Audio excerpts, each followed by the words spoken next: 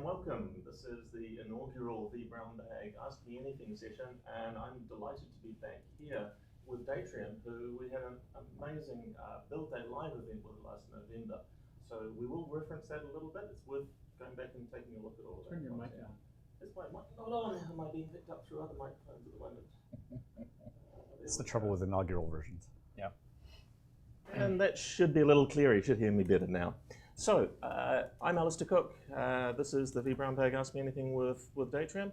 And I'm joined by three very diverse, awesome resources from Datrium, starting immediately beside me with Dhanabal. Would you like to introduce yourself briefly? Yeah, I'm Dhanabal. I have been working in Datrium for the past 4.5 years.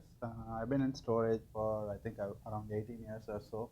So before Datrium, I was technical director in data domain. And I have been there for 6.5 years. And before that, I was working in various other storage companies. Excellent. And then people who have seen previous videos with us might actually recognize Brian Biles, because you've been in some videos, particularly also with CTO advisor with Keith Townsend. Right. Good memory. I'm Brian Biles. I was a founder here and I'm CEO and was a founder at Data Domain. So Dhanabal and Devin and I go way back.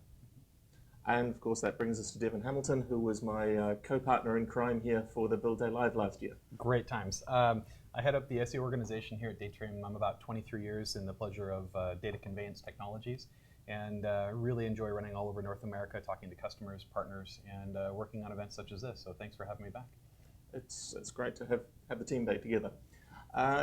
One of the things I thought we should start off with, as we ask for questions to come through on the YouTube channel or on the form that we've put up, was just a refresher on the sort of what and why of Datrium. What's different about Datrium? What are you trying to do here?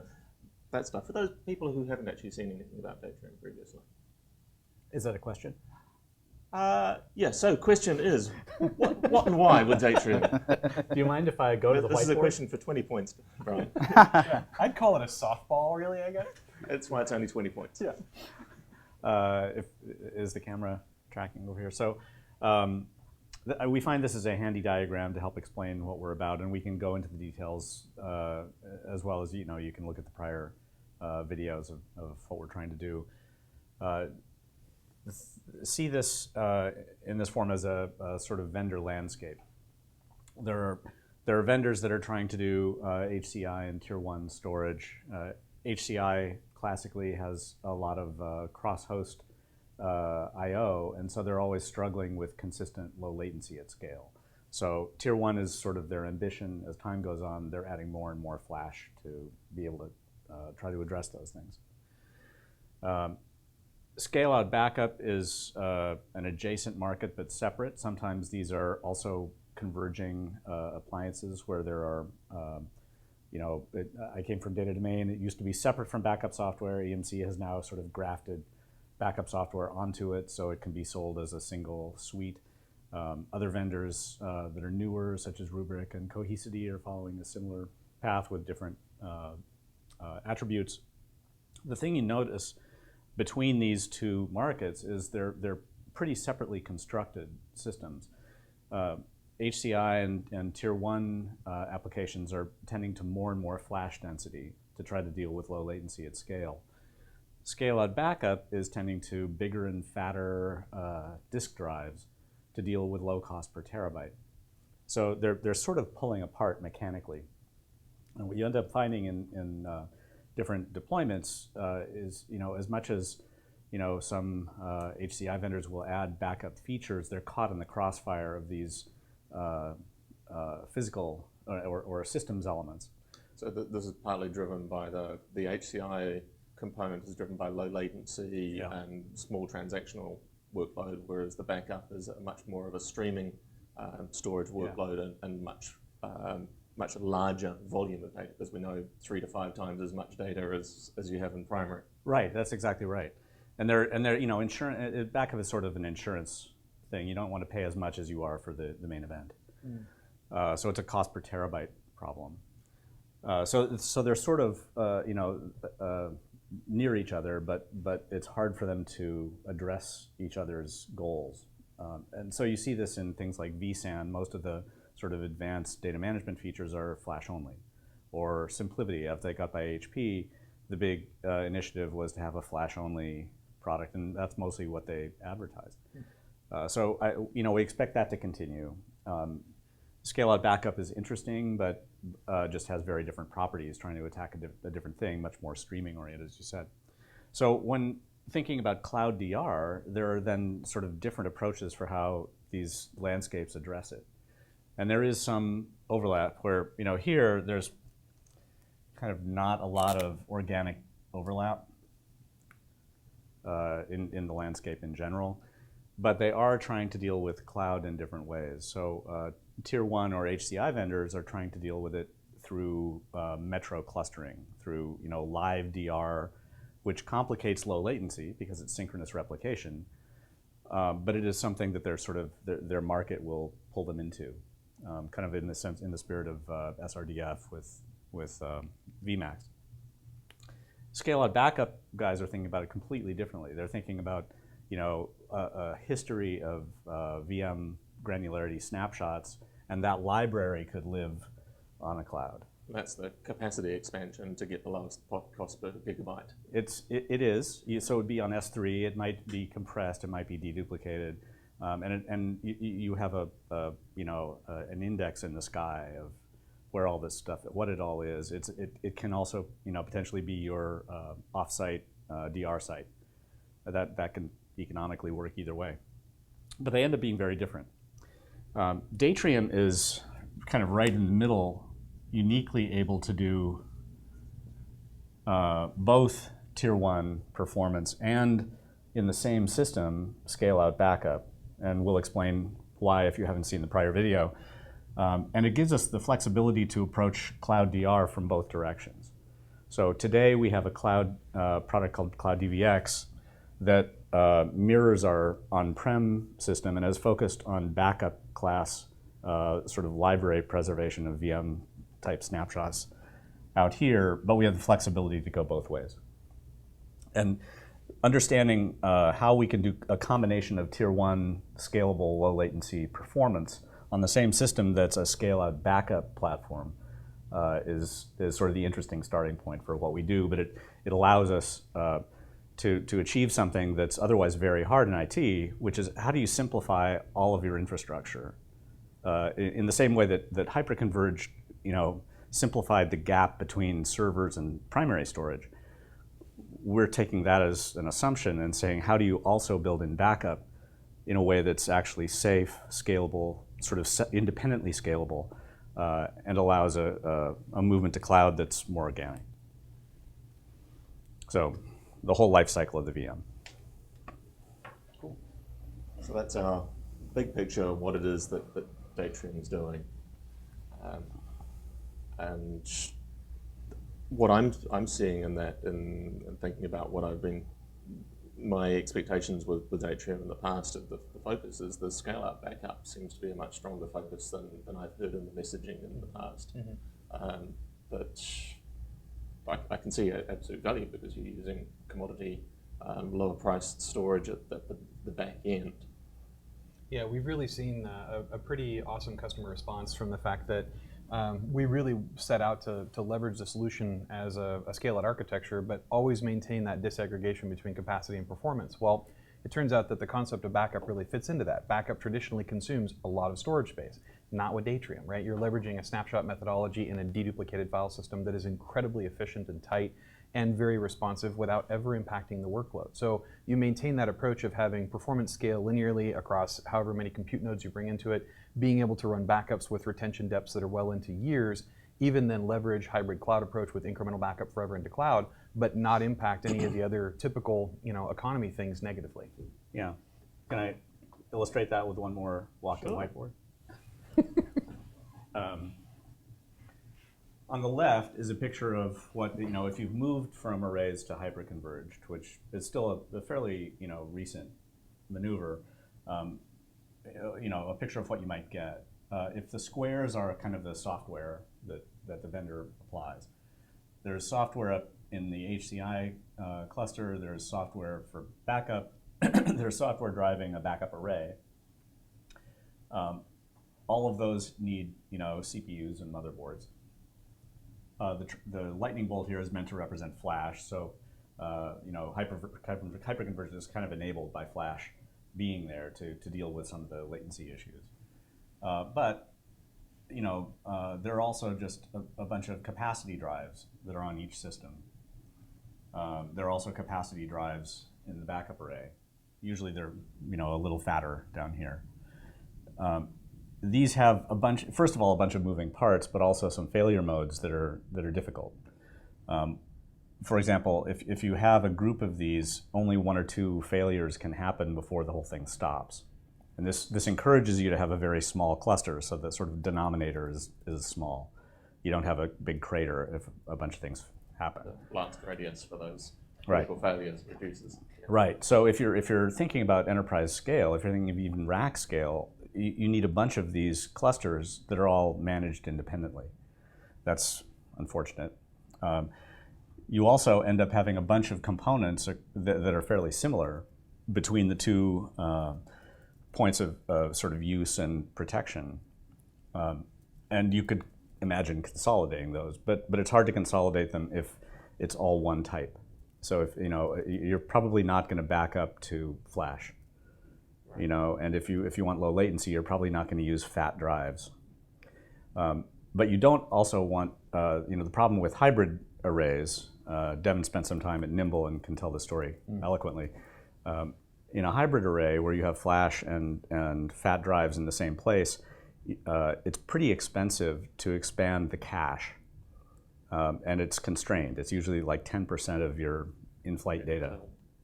So there has to be, if you're going to try to compress all of this stuff into a smaller operating environment, you need a way to expand them independently and not make it expensive. So we've moved to this model where, and actually you'd find if you look at kind of the history of Google, they used to have a Hadoop set of white papers early, in the decade. That looked like hyperconverged. And they found that, the maintenance problems were just kind of a hassle. So they've moved in kind of the same way that we have. They've separated drive nodes for durability. You can see this also in like S3 versus EC2. There are drive nodes or object stores for durable data where it's protected but low cost. And that's separate from stateless compute nodes.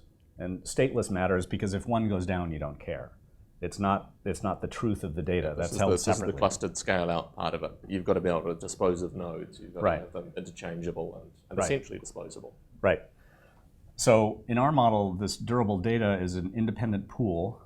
You can scale it independently of anything else. Hosts do all of the software on the left. So they're doing both, high-performance software as well as backup software, all run in hosts. And because you have these two layers, not only are the hosts stateless, so much easier to manage from a resilience standpoint, they also don't talk to each other. So it's much easier to control latency. These nodes have, in our case, HA built in, they're dual everything, and they have NVRAM for fast write response. And that means, you write north-south instead of writing east-west. And that conserves a lot of network bandwidth. So, for example, we tend to be, a third the bandwidth of the network that a SAN would have. Because all of the reads happen in the host. You just put in as much flash as you need. It's all deduplicated and compressed and whatever, end-to-end, super small. So one flash drive goes a long way. But we can have 16 terabytes if you want. With dedupe and compression, that could be 100 terabytes of effective data. So it's super low bandwidth, much easier to plan, much easier resilience because half the servers can go down or all but one, and everything's still accessible and separately expandable. It also means we can use kind of anybody's server. We don't have the normal constraints that a hyperconverged model has, where you have a fairly careful construction of RAID controller, number of drives, number of cache drives. Everything has to be the same.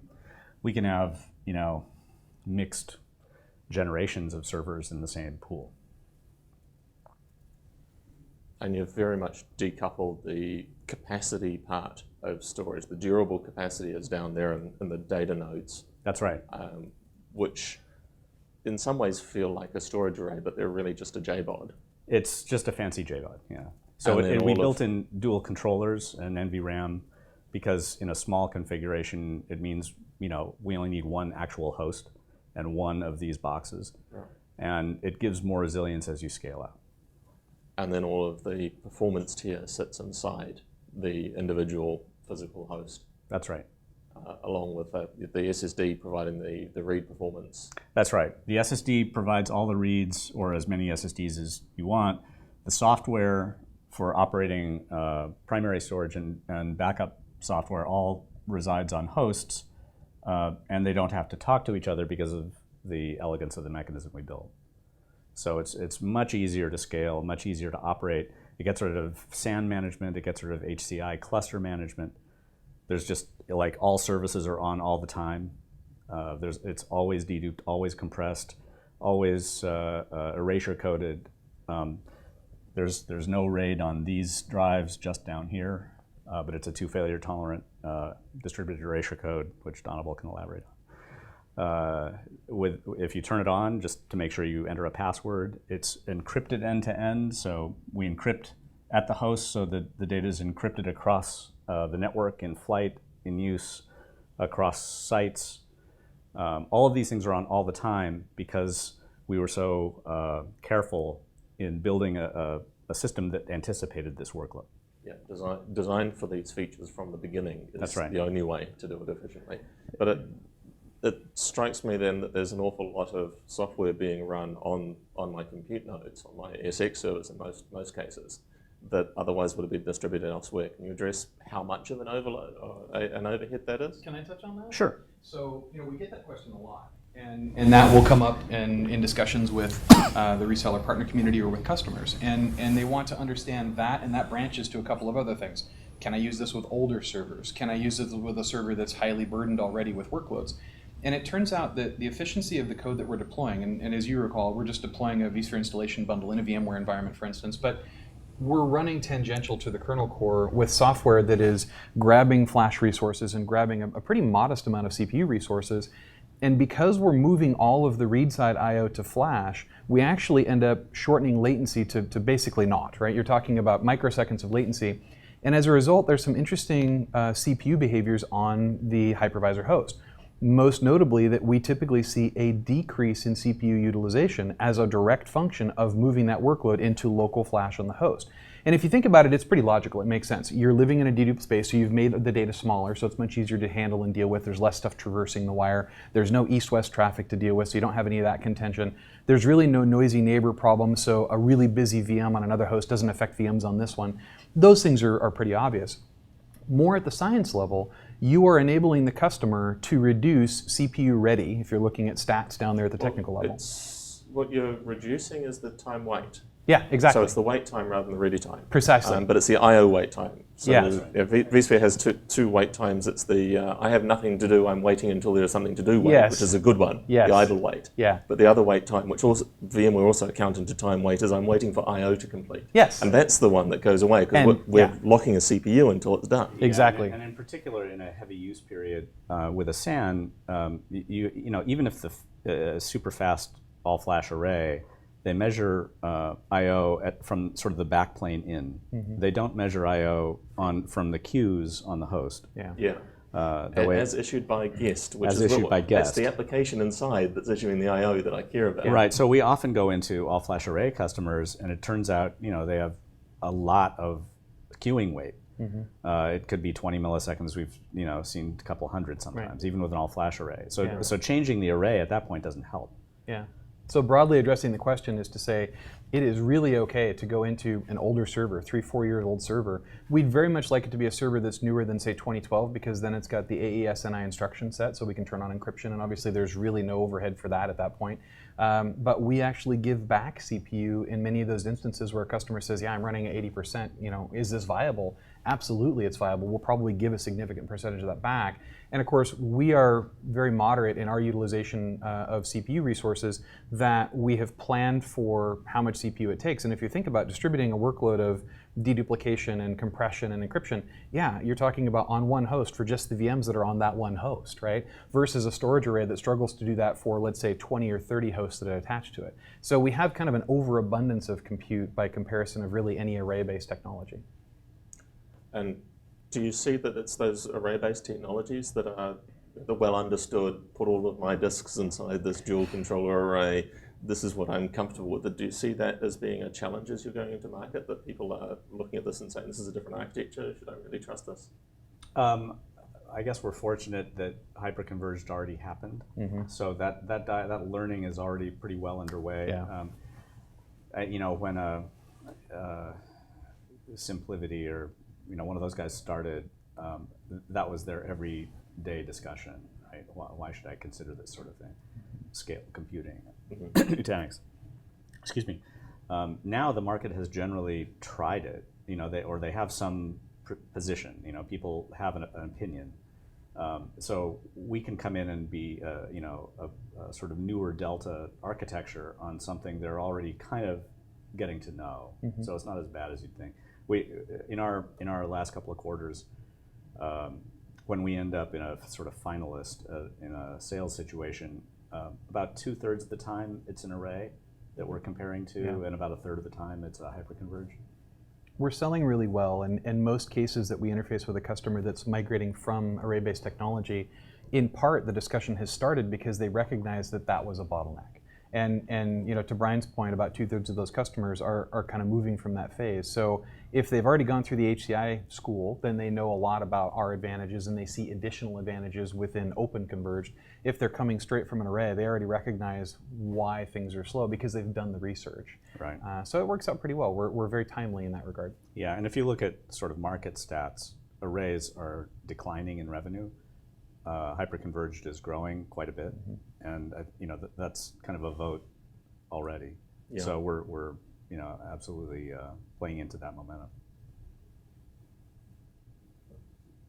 So we've already talked on one of the questions about the deployment process, and we showed this in the build day, that it is just a VMware vib bundle that gets deployed onto the host. It was even on my gear that I brought in as the vBrownBag lab, it was a very brief job to deploy and configure. So that process, it's one of the things I really liked about this build day that we did together, was that we got through all of the migrate data across onto the platform and then reuse the existing hardware into the platform inside that live stream. Yeah, that was really There's cool. a phrase we've adopted in the field, which is, if it'll run on Alistair's gear, it'll work fine in your data center. That's kind of been a level set there, yeah.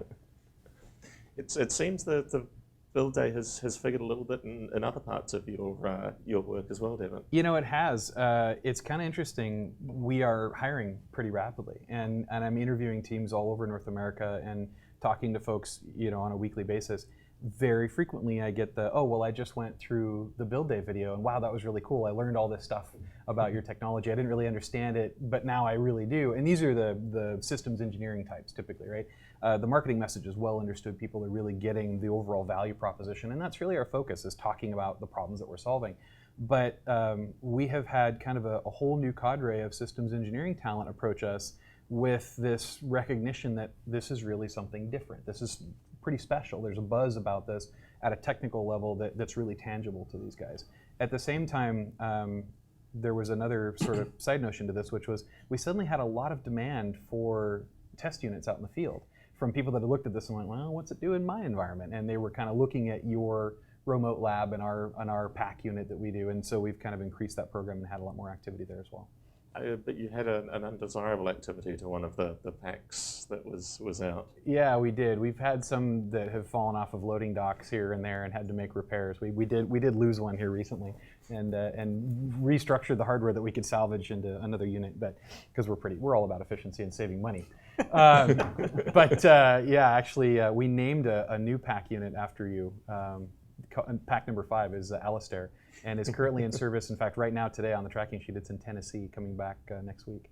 So thank you for your I contribution. have friends in Tennessee that would like me to visit. Okay. Unfortunately, probably not the people that the Packers were.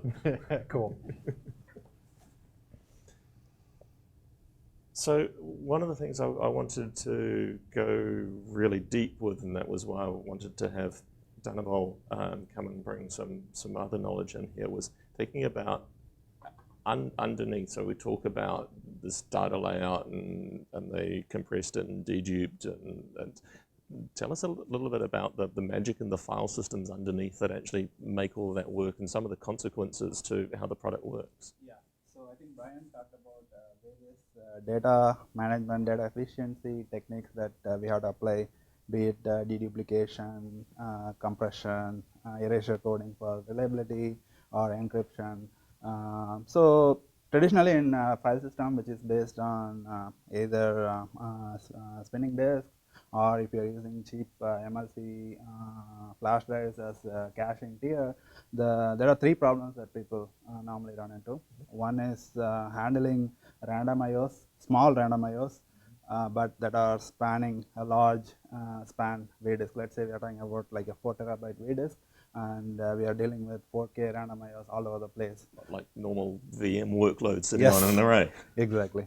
How do you handle that and still give high performance and still handle all these data efficiency techniques, right? So that is one problem that people grapple with. The second problem is random reads. How do you solve random reads? Once you solve random reads, that's the second problem that you'll be dealing with. And the third problem is how do you do inline compression, right? Once you compress, let's say you're getting a 4K block from guest VM, once you compress it down, you're going to get some odd-sized block, right? You're going to get, let's say, 2.13 kilobytes or whatever. And once it gets overwritten, the size is going to change. After compression, it's going to become like 2.6 kilobytes. So you're dealing with this variable-sized block down at the storage layer. And so after compression. you're quite possibly storing that in a container that's large enough to just hold one compressed block that could hold the uncompressed block anyway. Yes. So So you don't want to waste space, but you also want the flexibility to overwrite in some sane way for the VM. Way to have the VM overwrite data that it's previously written. Right. Yeah. So I think the key thing that we are using underlying in this scalable object store is LFS, right? Log structured file system. It's been there's a famous paper from Mendel Rosenblum a long time back, which talks about how to use log structured file system and then handle problems associated with random writes. We have done a lot of things on top of that as well. So the idea is when we get guest block write, you do deduplication, you do compression, and then you want to write it out into NVRAM on the persistent backend tier. So all of that the deduping latency compressors inside the host. Yes. That's where the VM is running before anything gets printed out. So you compute a cryptographic hash so that you can deduplicate. You compress the block down, and let's say they have enabled encryption on, and then you also use the hardware assist instructions to encrypt the thing, and then you want to immediately write it to a persistent storage, right? But you don't want to write it to disk because you are dealing with small variable size blocks. So what you do is you log it into NVRAM in multiple places in this persistent layer in the back, and then you acknowledge to the guest saying that you are done. And that's why it's dual controller inside that data node. And then we use NVRAM in both controllers, so we log it in both places so that we can handle failures of controllers or any other hardware, right? So once we log it and then respond back to the client, in the background we accumulate these blocks into large objects. We call them containers, and those containers get sequentially written out into this big log structured file system, right? So we never do overwrites in this file system because it's all deduped before it's Yes. written, so you never overwrite deduped. Yes. Also, overwrite has some other problems with RAID also, which we can talk about. So we always do sequential writes into this log structured file system. Then some of the other things. So this basically turns random IO from the guest into sequential IOs It's into a the large sequential sequential IOs. IOs in the underlying disk, which disks are very good at, right? Yes, spinning disk is Spinning good disks for, are very good streaming at writes. streaming writes or streaming reads, and we take advantage of that. The second thing that it helps us is the caching tier. So caching tier also, you don't have to go to expensive flash drives. You can use cheap MLC flash drives. So we do write big blocks into this caching layer. So it's full page writes Right, rather but than doing a read yes. erase write.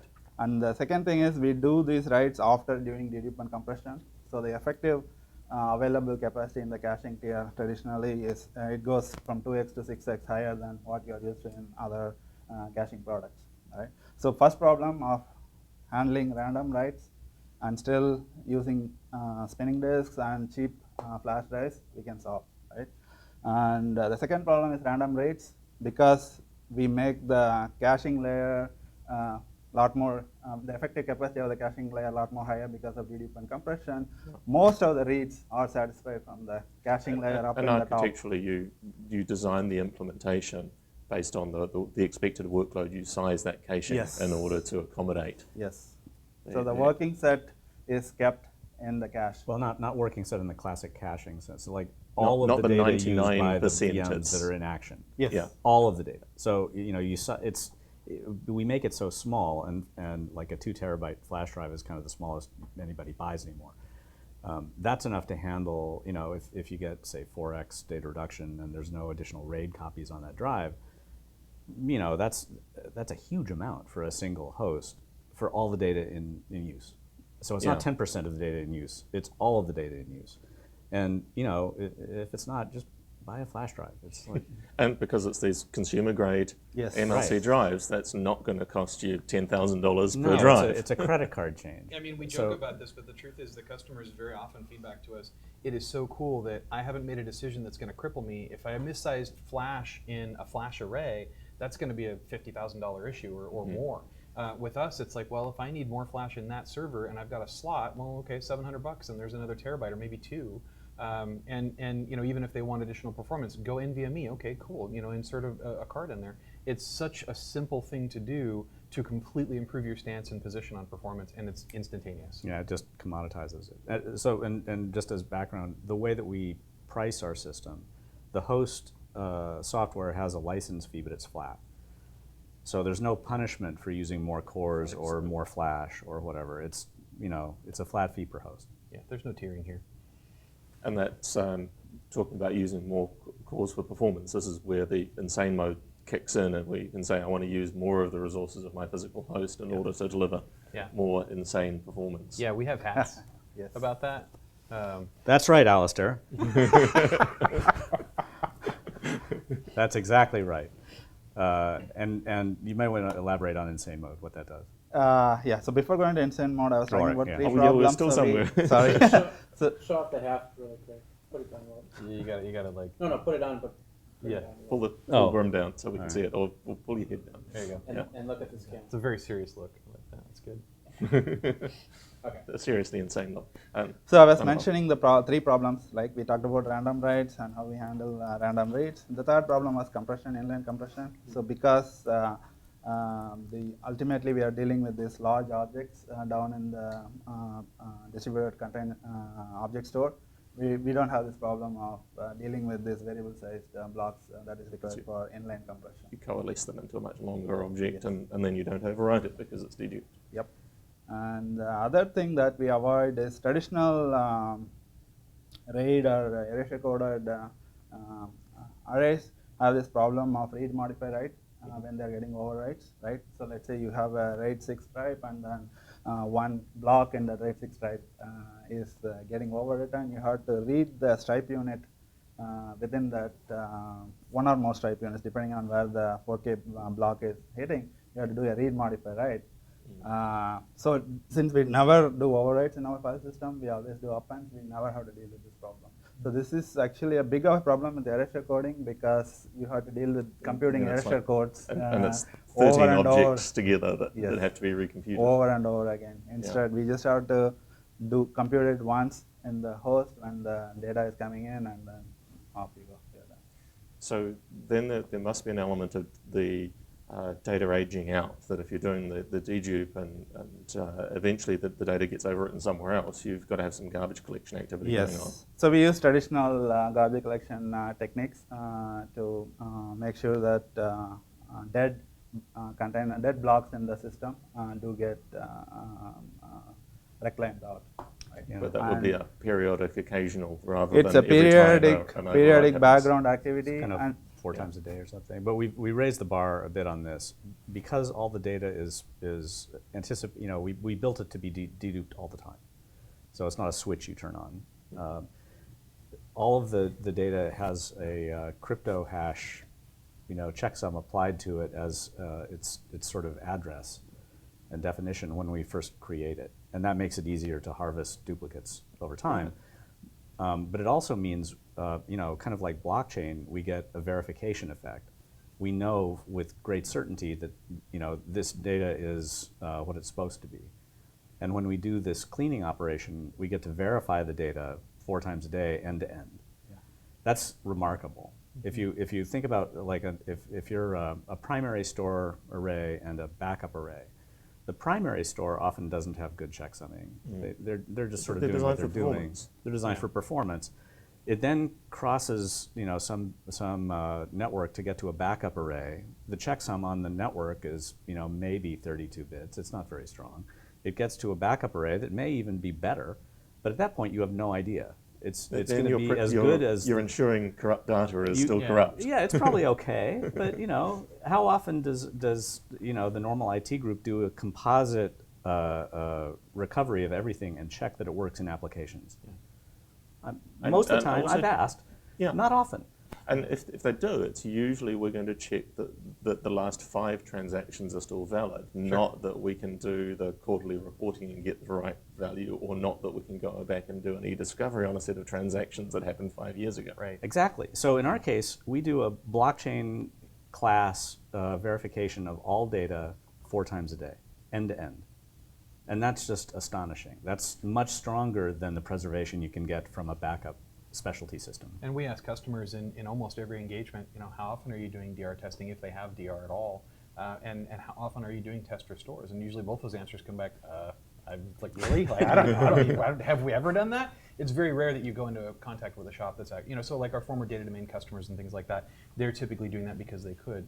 But that point of verification is really important, because instead of really garbage collection in the classic sense or computer science sense, we're doing space reclamation. So we're accounting for expired snapshots as well as deduplication and things like that. So it really is kind of special compared to previous technologies. Right. Just one other point about that in the never mind. Let's go on. I'll come back to it. While we're on that, I wanted to highlight one of my favorite parts of the Build Day Live was when I chatted with Lakshmi about latent sector errors and the probability of there being data corruption that you're not aware of if you're not doing this data scrubbing and validation on a regular basis. So that's really worth a look at to think about the underlying elements and some of the assumptions that you're making if you're still using things like RAID 5 about your data that may not be valid. Right. Yeah, if I could maybe tee this off and you guys can complete. In most hyperconverged systems, a RAID 5 equivalent is the default. That is, you have one mirror. In a one mirror system, this paper with years of statistics from NetApp and so on. People have known this stuff a long time. There's something like a 2% risk of data loss every year. Well, that's stupid. Yeah. And that's the default in most hyperconverged systems. So if I hear this correctly, that means that they are selling known to be unreliable products. Not that we're competitive, but that just seems stupid. Yeah. We've really taken the stance that we want to put the customer in the best possible scenario, right? We advocate for the customer. Resiliency and reliability and uptime availability are key to that. And we're in the business of proving ourselves. I mean, that's very much what we do and how we set out to run the business. So if you look at scale-out architecture and you look at erasure coding, you've really provided the customer a set of assurances about what they store there that really eliminate any risk, even in significant potential ingresses of things that would take legacy systems offline. When you look at the combination of just base RAID layout all the way through erasure coding, starting from one cluster node all the way out, we oftentimes get a question, well, what's the smallest configuration I can do? Well, that would be a data node and one compute node. That would be just fine. You still have complete resiliency of your data there. How big can you go? Well, I can take this out to a 10-node cluster, fully erasure coded across it, of data nodes and 128 compute nodes. And why not? You're not exposing any risk in any form of being small or being large or anywhere in between. Let me give you just a really specific case example of where that hurts if you do it wrong. In a Hadoop kind of model, a scale out, hyperconverged kind of model, one of the hyperconverged vendors this week just announced that they could support 80 terabytes of capacity on a node. So in a case where one failure can cause a rebuild of 80 what is it terabytes? What does it take to do that rebuild? It's a long time, I would just offer. Yeah. And we've had customers that have gotten into these kind of situations where they built a pretty, decent sized set of hyperconverged nodes, and then it goes into some kind of, garbage collection or resettlement, or rebuild mode. Yeah. And all of a sudden, like, everything gets really bad. We saw the toxic case of this with some of the early vSAN implementations when the storage controllers with a very short queue depth were still on the hardware compatibility list. Yeah. And during rebuild, there was no I/O for the actual workload VMs because it was all being consumed. The queue was being saturated by the rebuild processes. Yeah. Now, that's current hardware compatibility list doesn't give you that much of a problem. No, and you can try to do modifications like some of them have like an hour back off. Like if you're doing maintenance, maybe you'll fit the window. But what if you don't? Mm-hmm. All of this is sort of like the incentive is to have a very small cluster. So in case one thing goes bad, it doesn't hurt too much. Small, yeah. It encourages very small capacity because the rebuild problem. Yeah. And so it ends up just all of these factors combined to make it a small cluster deployment. So the average we see in the industry is kind of 8 to 16 nodes for hyperconverged. Well, we see a lot of customers with a lot more servers than that. With multiple clusters in the same rack, let alone in the same data center. You end up having to, and that means each one is a point of administration, and a point of it's a radius of failure. Yeah, and the whole point of going beyond eliminating having a separate storage network, the big value for hyperconverged is simplicity of operation. Mm-hmm. Right. And you lose that if you're segmenting your operation down there. Well, and all of them, they layered on these features like compression and dedupe and encryption and so on much later. So they're all options. They all have conflicting values, regarding what the latency is going to be. They're expensive. Mm-hmm. They make your overhead bigger or smaller, so it may be literally expensive in adding more nodes to cover it. We just build all that stuff in. There's no switches. It's always on, and it's super efficient. One other thing I'd like to add is with regard to the rebuild times in case of the drive failure. So we don't do full disk RAID like a traditional RAID array. Yeah. Instead, we do declustered RAID. So our stripes, what we call as stripes, we use like a n+2 kind of scheme where for n data chunks, we use 2 erasure coding chunks, and these are distributed across the pool of drives in the durable storage backend. So there are multiple advantages with it. One is obviously the load gets distributed across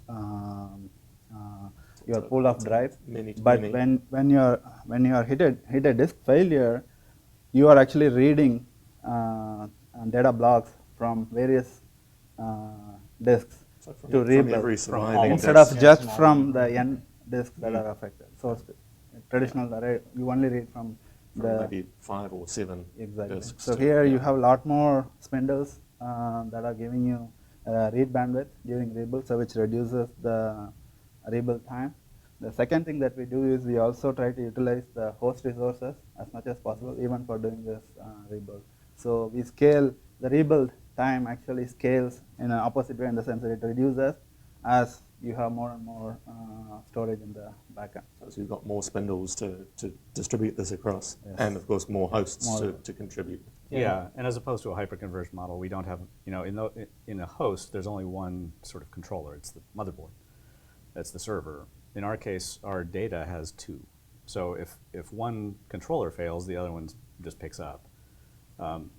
So if any one component fails in a hyperconverged model, again, you could have an 80 terabyte rebuild. That's bad. In our case, the worst rebuild is one of our drives. That's 4 terabytes. And if you have a bigger system, a 2x bigger pod rebuilds twice as fast. Slightly over twice as fast because it hasn't lost a drive. Well, yeah. Well, yeah, really. And that's the truth. The way we talk about it in the field is that the bigger we are, the faster we can saturate a rebuild drive and actually recover much quicker. And that is the inverse of traditional logic that we see in in legacy systems. So we just don't inherit some of the challenges that HCI has with distributed data and rebuild processes and things like that. We've made it a lot simpler for the customer.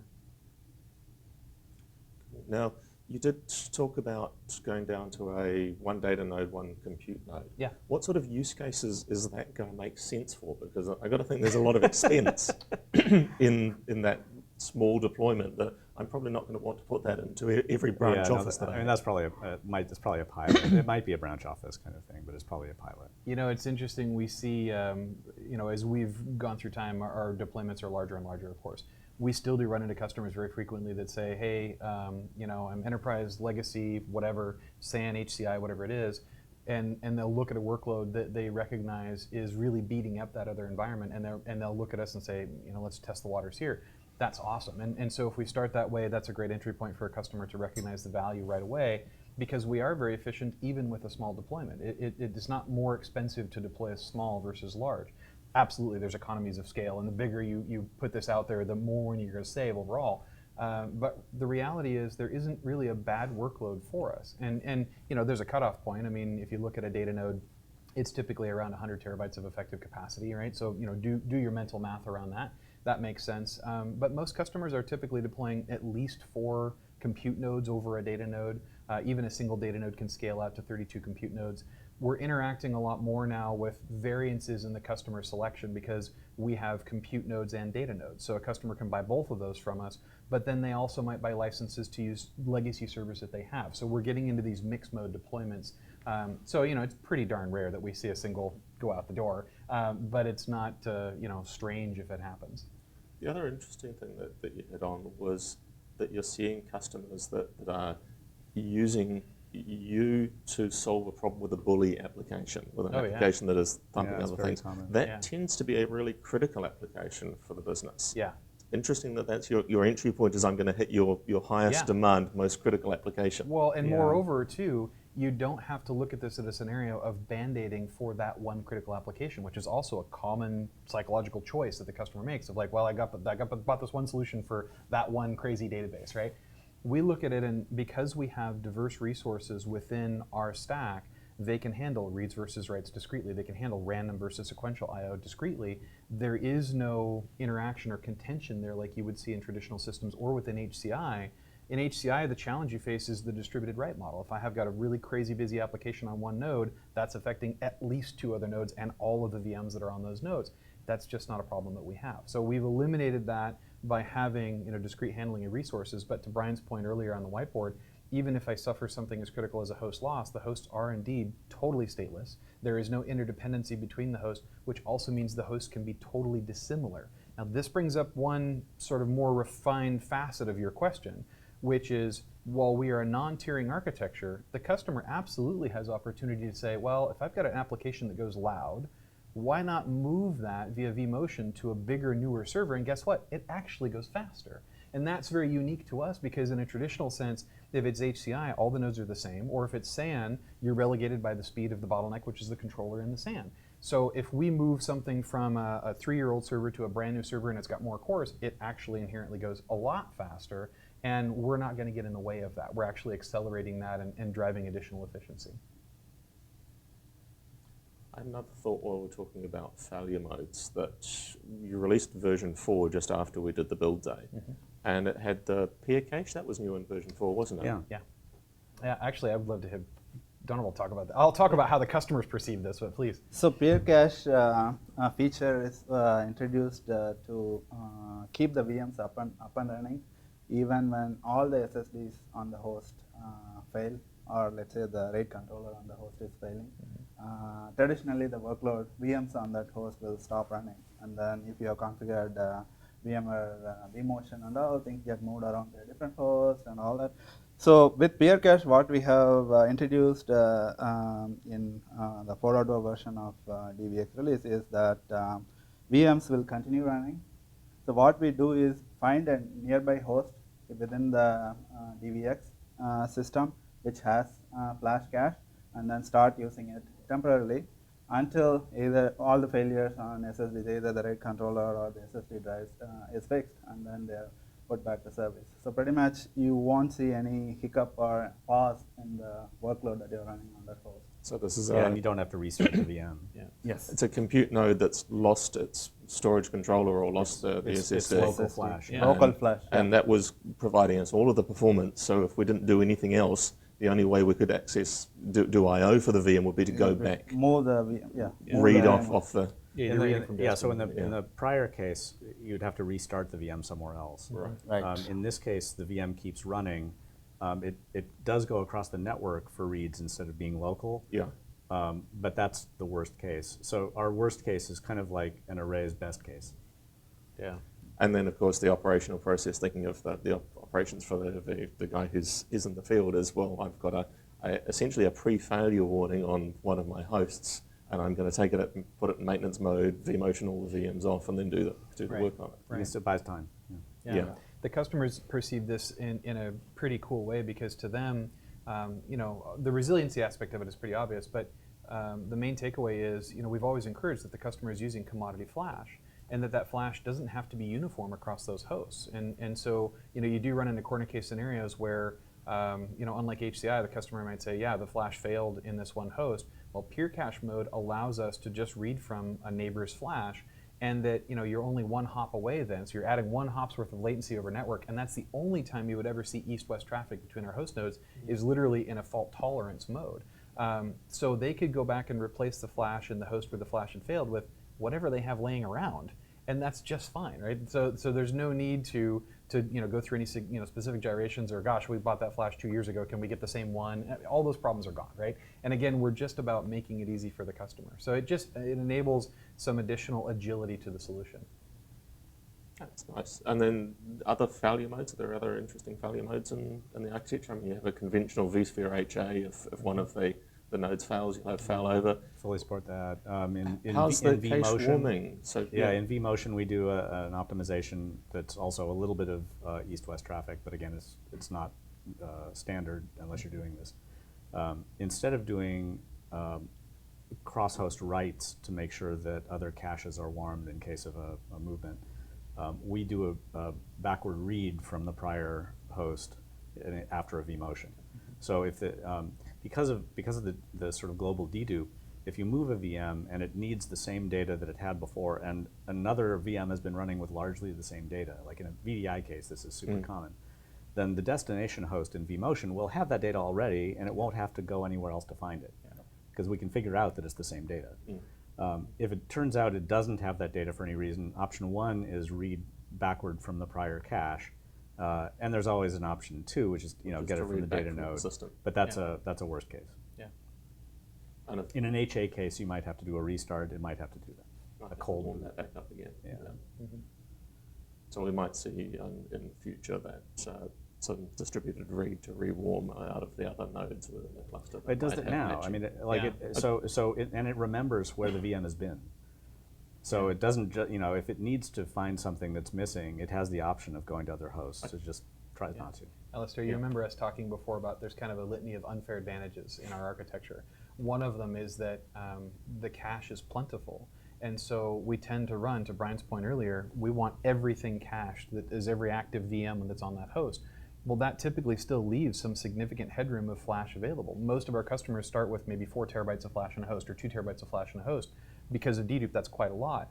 So there's really no need to aggressively expunge that data just because you vMotioned a VM away from that host. Leave it there. Therefore, there is no migration mode back. So those typical actions or motions that are bandwidth costly or timely or time costly, those just don't exist in our architecture. The data is already there. Maybe you have to do a couple of bits of refresh, but it is really a distributed, globally deduped file system, if you will, in its behavior as you're migrating stuff back and forth. Take some thinking around. This is another of those. It's a different kind of thing, but it has a lot of power. And you see this in resilience, but you also see it in, the hosts are stateless. It just makes it easier to deal with host maintenance and so on. You see it in mixed use. You can have varying sizes and generations of hosts in the same group. But you also just see it in performance. So we just went through a round of sort of big public benchmarks at the end of the year. I don't know if you covered that in the last session. I don't think that yet come out when we did the build day, but I did want to return on them and talk about. I think they're pretty remarkable. I would point to two, and you can find them online. One is iomark.org, where we worked with Dell and set up this huge lab of 128 hosts and 10 of our data nodes. And just a shout out to Dell, thank you very much. Yeah, that was cool.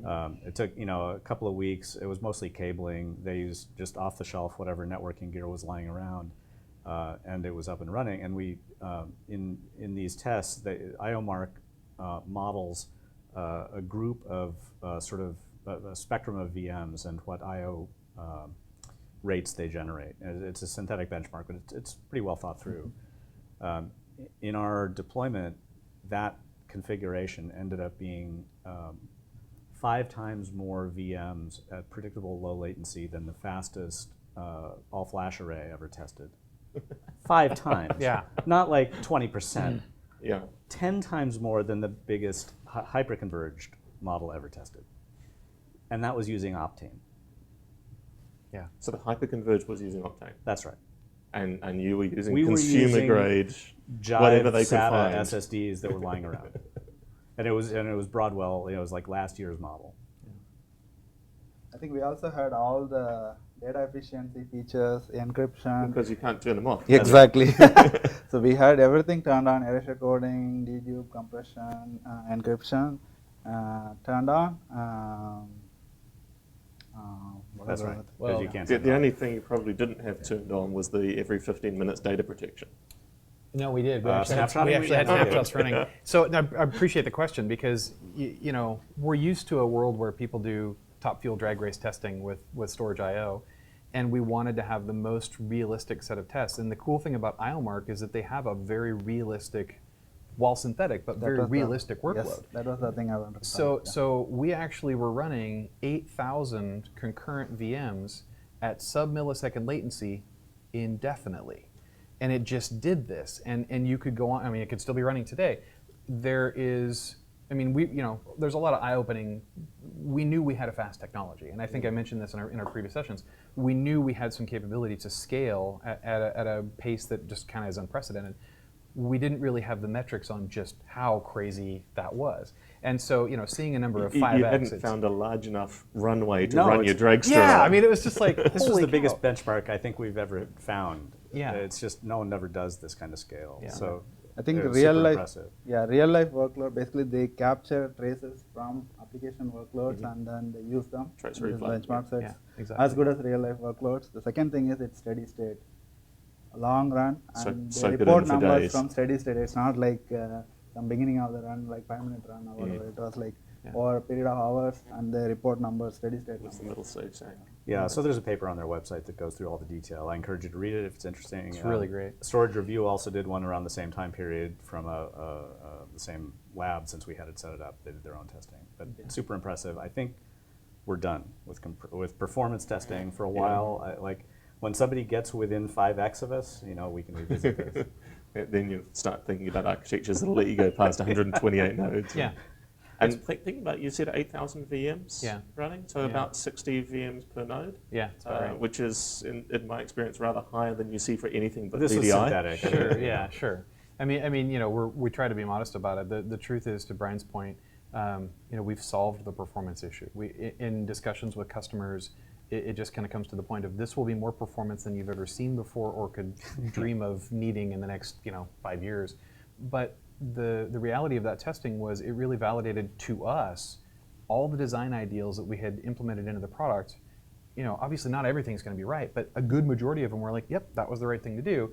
And the efficiency, the host resources that were utilized by this were still well in line with expectations of a normal VM admin running a normal VM host. I mean, we weren't blowing anything up. This was just steady state. It wasn't at service provider levels of utilization, Right, where if it's not in exactly. the red line, you've bought too much. Exactly, yeah, exactly. Yeah. So mostly at this point, it just gives everyone comfort. It means you don't have to stress out about it. It'll be there. Yeah. Let's talk about the stuff that matters. Yeah, the sort of performance that you would go to a startup all-flash vendor 4 or 5 years ago Sure. is just assumed now. Yeah, Right. yeah. And Right. It's faster. commoditized. Yeah. What else do we want to catch on? There are questions coming in from the field.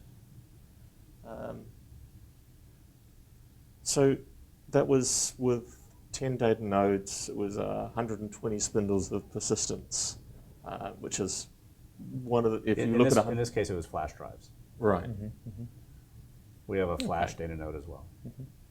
that was the other thing that was quite new. I think was just shipping as we were doing the build day. Yeah. Yeah, it's an alternative. It's more writes per higher write speed per drive.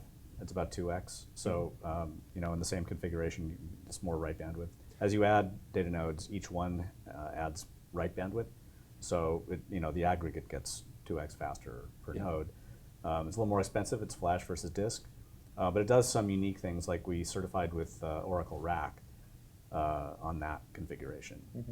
And so now we've always been sort of known for if somebody needs performance SQL, we're one of the places you go. But now it's Oracle as well. Oracle as well, because that RAC certification is kind of important for Right. Yeah. enterprise deployment. Yeah.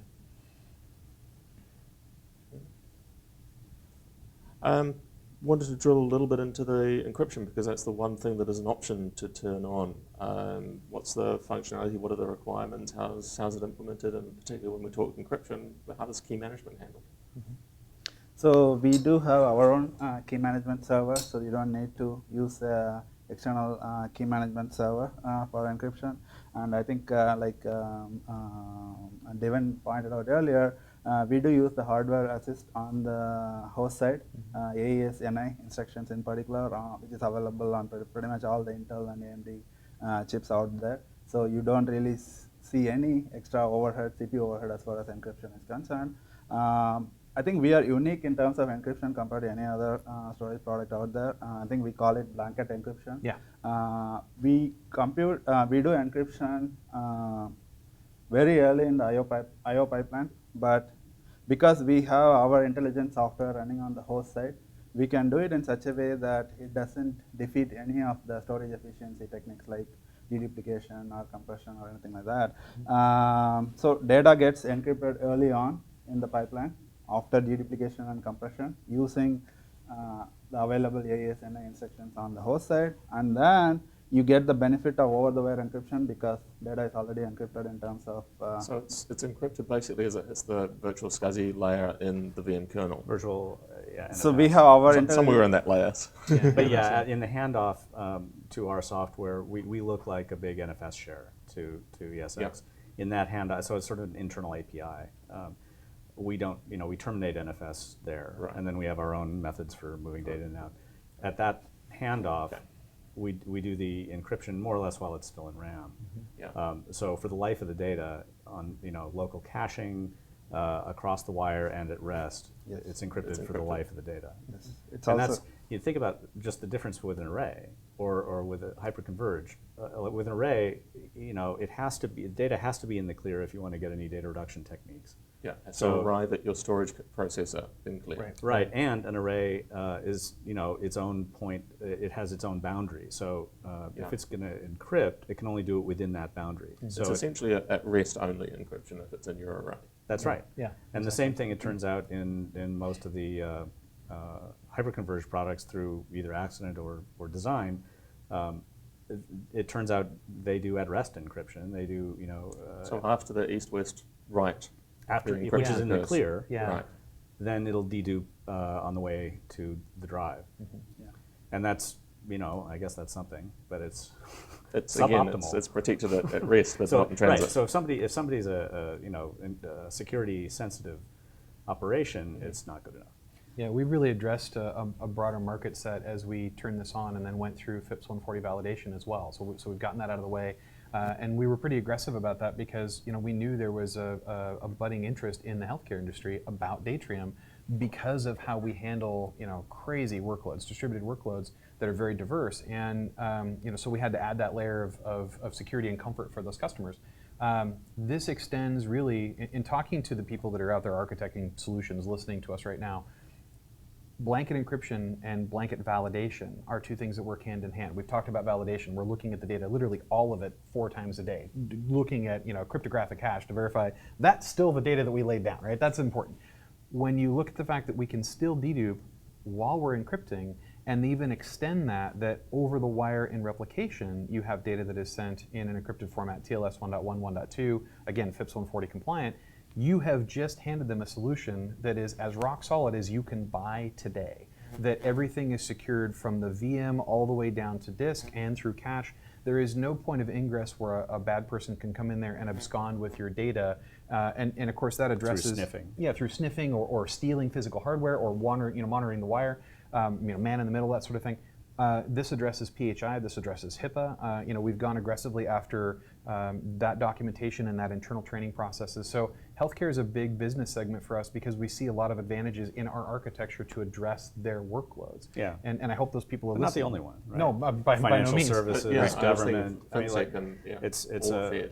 everybody seems to want encryption, and Yeah. this is the only place you can buy this particular thing right now. Yeah. So one other problem with traditional storage arrays is that array becomes a bottleneck because that's where encryption is happening. So when you have, let's say, 128 hosts trying to pump data through this central controller, then the controller becomes a bottleneck for encryption at some point or the other.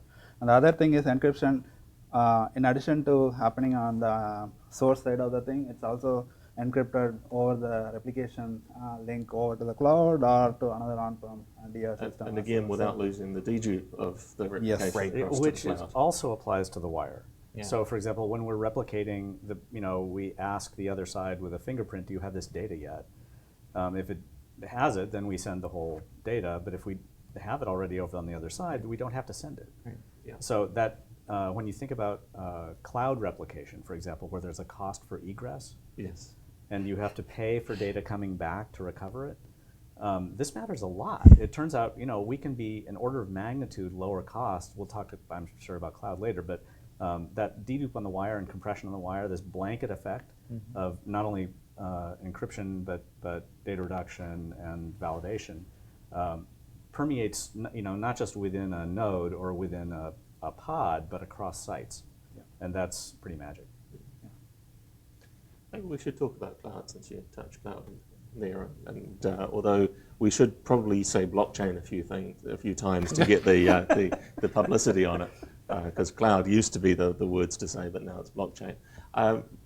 What's the general strategy in the cloud DR before we drill into some depths of it? What are the sort of capabilities that are in the product for cloud Before DR? we talk about our coin offering, Yeah. Yes. Initial cloud offering. well, why don't I talk first about data protection? Sure. And then it extends right now to cloud. May I go back up Yeah, there? absolutely. Oops. Cheers. Got a cable problem.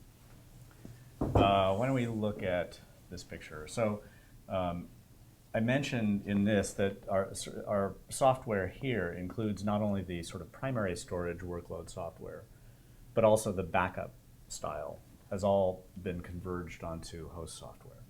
That includes not only the ability to take and keep consistent snapshots across VMs, including a VSS provider, a bunch of advanced techniques. Store more than 1 million snapshots in the same system without affecting performance. Having a separate pool of low-cost drives to make sure that you can scale retention cost effectively. It also means that we've developed sort of backup class tools to manage this data. So there are, in the sort of modern but classic sense. They're policy definitions that allow you very simply to say across this range of VMs, take a snapshot at this frequency, store it in the following sites with the following retention periods in a very simple programmatic way. The policy even includes sort of accelerators, like if you have a regular expression like a wildcard on a file name or a VM name, if you create clones with the same root name, it'll automatically catch them in the policy, so you don't have to update the policy. So you could use your VM naming standard could actually drive the backups. That's right. Simply because you have a naming standard. That's right. Yeah. In addition, we have that's sort of policies. There is a catalog. There's a separate database and namespace for the protected versions of the data. So in the spirit of any other backup software, to be able to find where things are and index to where all the VM versions are, we built that early into our system. We call it SnapStore, and it's a separate way to search and browse for recovery images. So all of that is in this little square. It's not just the highest performance system in the world, it's a super simple, extensible, and scalable backup system in the same place, using this sort of separate layer of low-cost drives. Can I also hit one thing that I heard? SnapStore you talked about is a database for search rather than all of our snapshots are stored somewhere separately from the primary data. Yeah, Right. that's right. It's a namespace, but it references the same data for data reduction reasons. So it's the same deduped pool. You just, VMware wouldn't really understand that we have snapshots. It's a separate namespace that otherwise it would complicate, how vSphere looks at its local store. Yeah. So we have a separate database. It manages the history of snapshots and the where they are, what they mean, who wrote them.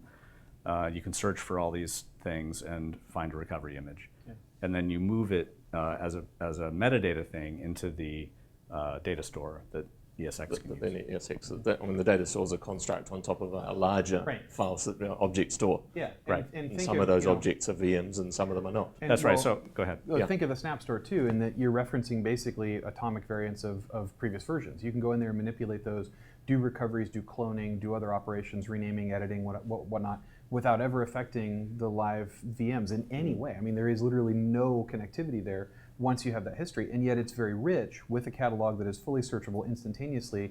That recovery becomes incredibly trivial. It's just absolutely a breeze to go back and pull up even files underneath a VM versus the VM itself, or if you want the whole VM, or cloning, or rapid provisioning, rapid deployment models, all of that stuff falls into this category. Right, and a good illustration of why this matters is to compare to arrays.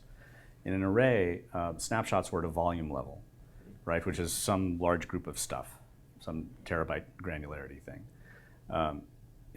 So if you want a group of things to be snapshotted consistently, you have to place them into this artificial, group.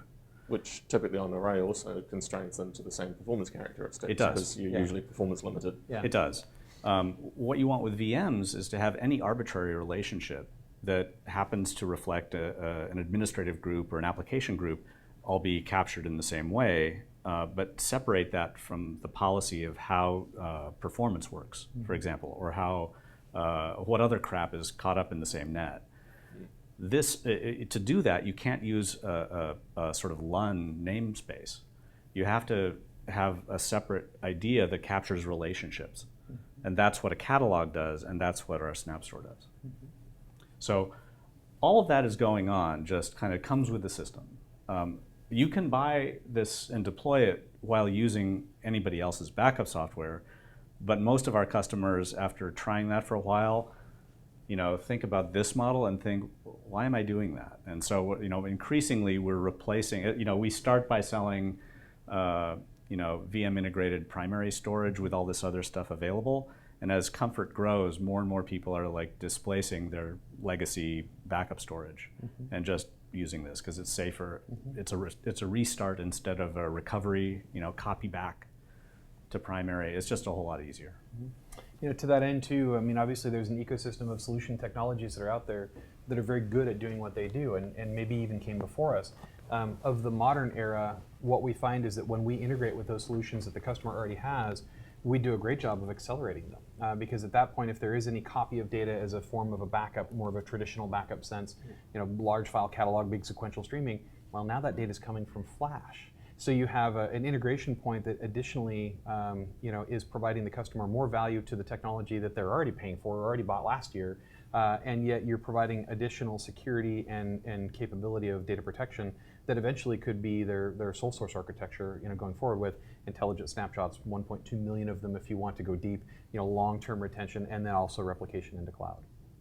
So for the snapshots, VM snapshots as a backup, the usual objection is around application awareness. How am I going to do item level restores? Is there anything in the product around that, or is this the place where it becomes valuable to have the integration partners? Sure. Who wants to take Sorry, that? repeat the question? So if I've got a SQL database and I want to restore one database out of it, storage array-based snapshotting as a backup mechanism typically doesn't have the intelligence to allow me to restore that one item. Sure. Is this a partner integration, or is this something that's where you've got some more source? I spent a long time in the backup business, so let me maybe offer a meta perspective. Sure. What we're doing is focused on VM backup, principally. So that will solve many problems, and it's the overall sort of perspective of our system. It's very VM granularity focused. There are a long tail of ideas for how to do application-specific and aware recoveries. Ultimately, the good and the bad side of a sort of historic backup software is they have nailed the long tail, but it's 2/3 of their R&D to keep it up to date, and eventually it becomes Veritas or Legato. And they sort of have trouble maintaining that and still growing to deal with modern architecture. So we're going to be fairly cautious about handling the long tail ourselves. We'll do some of the obvious things, but we'll partner with other vendors and be completely supportive if a customer really thinks that that's the right answer for his business. So we're very productively partnering with Veeam, for example, with Cohesity, a bunch of others, and that's all good. If you need it, do it. Yeah. We just think that the 90-95% case is most people don't need to do that much of that. Yeah. And we'd rather make that part super easy. Really, we're very transparent as a company, as a culture here. One of the things we found is that there are less and less folks doing those kinds of recoveries versus saying, well, stand up a clone of that VM and pull off what you need. Like, that's just going to be super fast. Yeah. But that said, we are also a walk before you can run engineering company, and so we continue to evolve the product. So this is kind of one of those, stay tuned. Now, in the meantime, in the immediacy, we have a VSS provider, and that's very useful in protecting those particular applications. And we've deployed that to great success. In fact, that was out sometime like over a year ago. So we take input from the customer and we respond accordingly, weighted to how we've developed the file system and what its capabilities are. Well, it turns out its capabilities are really diverse and really broad. So it's not difficult for us to make those adjustments and course corrections or really drive towards better customer success because, hey, 10 people called us up this week and said, we wanted to do this now. We can do that. And we're really responsive. Just a shout out to one particular partner. If you look at the kind of emerging scale-out backup vendors, all of them had the same get started challenge. Most of them are prosecuting the long tail, but you have to fill the gap. So most of them have partnered with Kroll on track as a supplement. If you have some of these particular things, or Comtrade or one of these, we have a great partnership with Kroll. We're happy to introduce them to our customers, but also Veeam and so on. So there are a lot of ways to get to a particular application-specific recovery case. We're happy to introduce people if we don't have the functionality ourselves, but we'll also be growing some of that ourselves. So one thing I like to point out is the clone. Actually, we make clones really fast because our file system below is using content addressable blocks, not really block numbered addresses or anything like that. So when you do want to make a clone for whatever recovery purposes, it's instantaneous in our system. There is nothing to do other than just creating like a namespace entry with the same content address of the source of the clone, pretty much. And it's basically a 0-byte entity. so they don't take up any space until you actually start to write new data into them. And then, of course, that's mitigated by dedupe and compression in of itself. So yeah, it's pretty tidy. When you are reading that cloned object from the host side, you are going to get the cache benefits of the source VM as well. So you already So have- you won't yeah, really data. see a lot of latency when you're trying to browse through the image, for example. Now, before I took us sideways into application backups, Brian was heading through data protection and then into cloud DR was the trigger on that one. Did we get Oh to yeah, cloud DR? well, I mean, it's a simple extension, but it has a lot of sort of future potential. In general, you know, you should see us not so much as you know, there are different kinds of companies in the landscape. We're not trying to be a hypervisor company, and you know, that might be the direction of some infrastructure providers. We're trying to be a data management company that just happens to have astonishing performance built in. So we're all about safety and data management and how to reduce data gravity as you move from site to site. So we've built into our system a policy property that says, you know, if you could have multiple on-prem sites and replicate your data that way and get, you know, cross-wire dedupe and all these things, we also wanted to enable replication to S3 and use the same techniques there for very low cost sort of library retention for DR. So we just released that since we saw you last. If you look at the image up here, Devin's thinking ahead of me. Yeah. We have this 2-layer model already on-prem. This looks a lot like EC2. This looks a lot like S3. And it turned out to port what we're doing to Amazon in a pretty straightforward way, it didn't take very long. And it's, you know, largely the same software with some modifications, like we use Lambda to automate it, so it looks simpler. It's just a SaaS kind of style. So what it gives you up here is a super simple, low-cost way to retain data off-site and then recover back to prem today. And that all you have to do is enter your Amazon credentials within our software, and it just becomes another site to replicate to. And within the search for snapshots, it's another place to get a recovery image back from for a VM or a protection group. So that's like super cool and, you know, way cost effective against most backup vendor approaches because we don't have periodic fulls. We're just doing incrementals forever and deduped and compressed, and it does the same thing across sites into S3. And when I link up into S3, into AWS, am I choosing my region for storage? And Really just the first time kind of it's set up, right? Okay. So as you first implement this and you stand everything up, all you're doing is entering in those credentials and regions, and what you're establishing in our UI is another selectable direction for replication to go, just like any other Datrium site.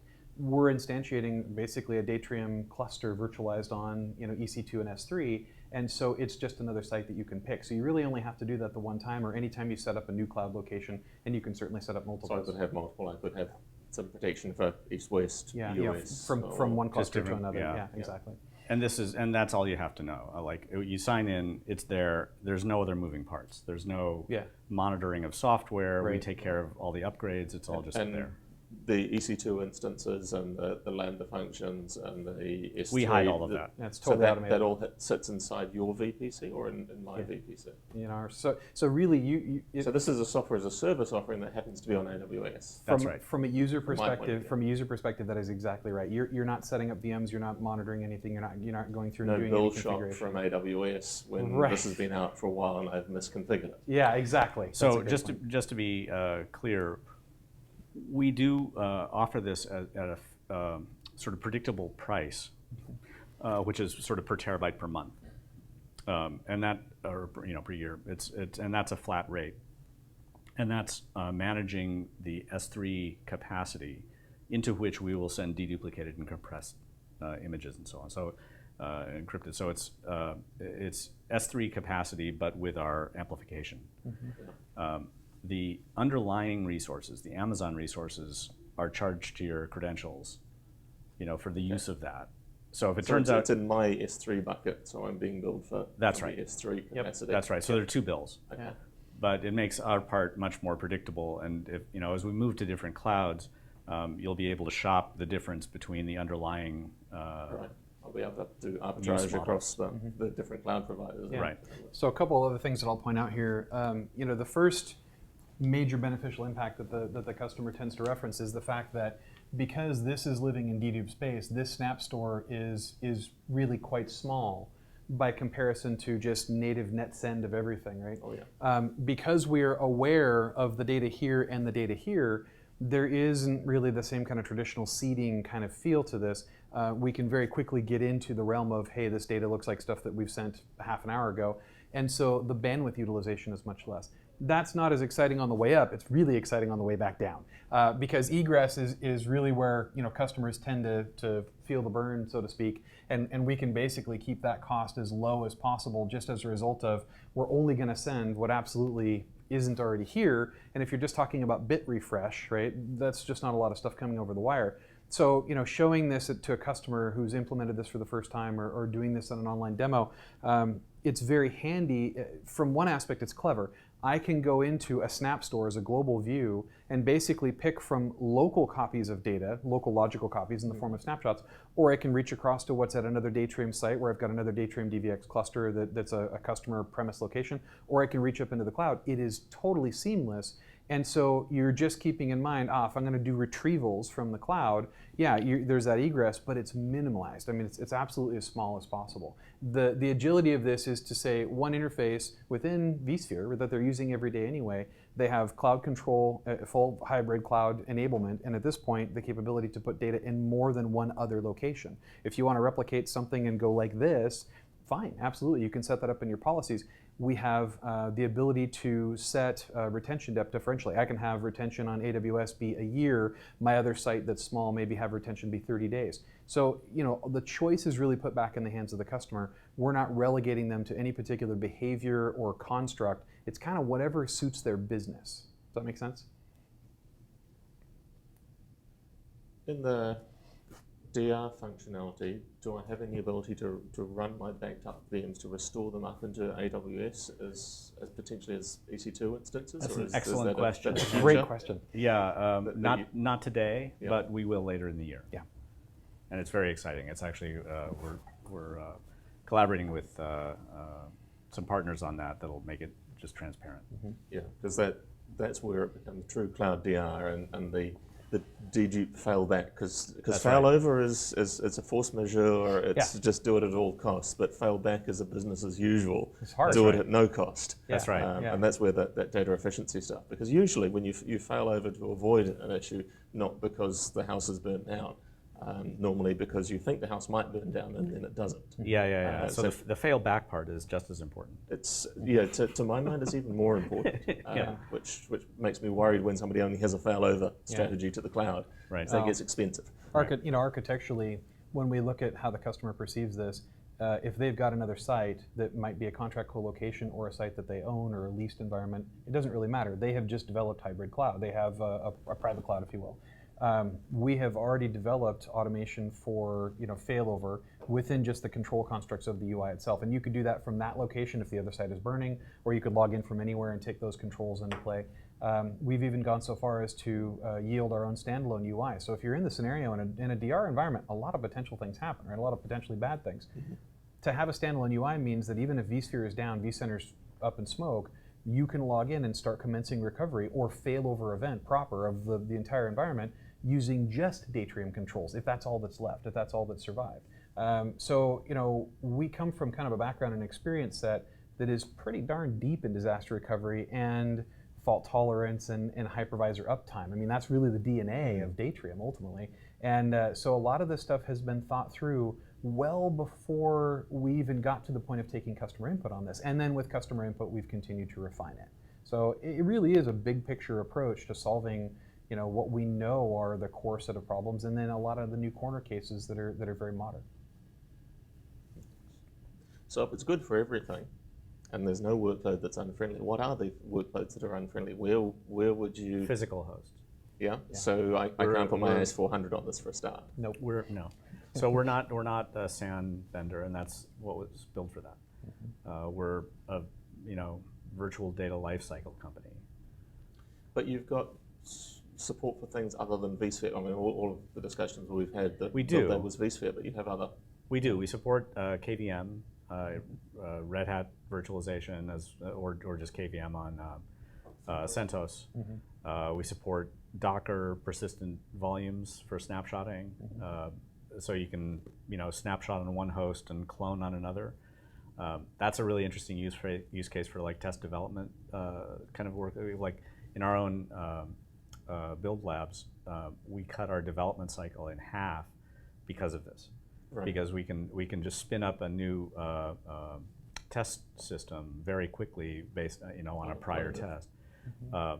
It's enormously powerful, and the clones are free and accessible everywhere. So the Jenkins case is an unbelievable white paper on our website. Yeah, it's a really good white paper actually. Really Speaking cool. of productivity, yeah, CI/CD. Yeah.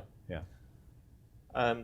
So that was talking to physical hosts running KVM, vSphere, or Docker. That's right. As those the three choices. No Hyper-V plans in there? Plans, but not out yet. Not probably next year. Nothing against it. We just had to pick our spots. Yeah. And so as we talked about, so there is no hypervisor lock-in, but the other thing is you can have a mix of hypervisors in the same DVX system, so to speak, and you get the same data efficiency techniques, and you also get the same granular snapshots and recovery and all that with that. Yeah. Oh, that's right. Yeah. So you get feature parity across all of them. Yeah. That's right. I don't know when we're doing this next, but later in the year we'll also be introducing a multi-tenancy system that allows you to, if you want to have access control between different subgroups, that's coming soon. But that's same underlying everything else. So precursor to that, in 4.0 we got into basically user level audit and tracking activity within the log structure in the UI. That was a 4.0 feature set as well. That was kind of less talked about, but really important.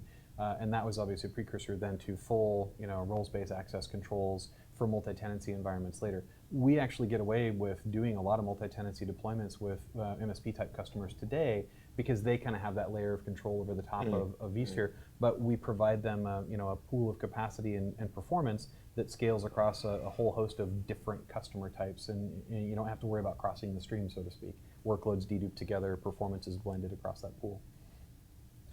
And since we brought up Jenkins, we should talk about sort of API integration and DevOps methodologies or enablements for DevOps. What are the API interfaces?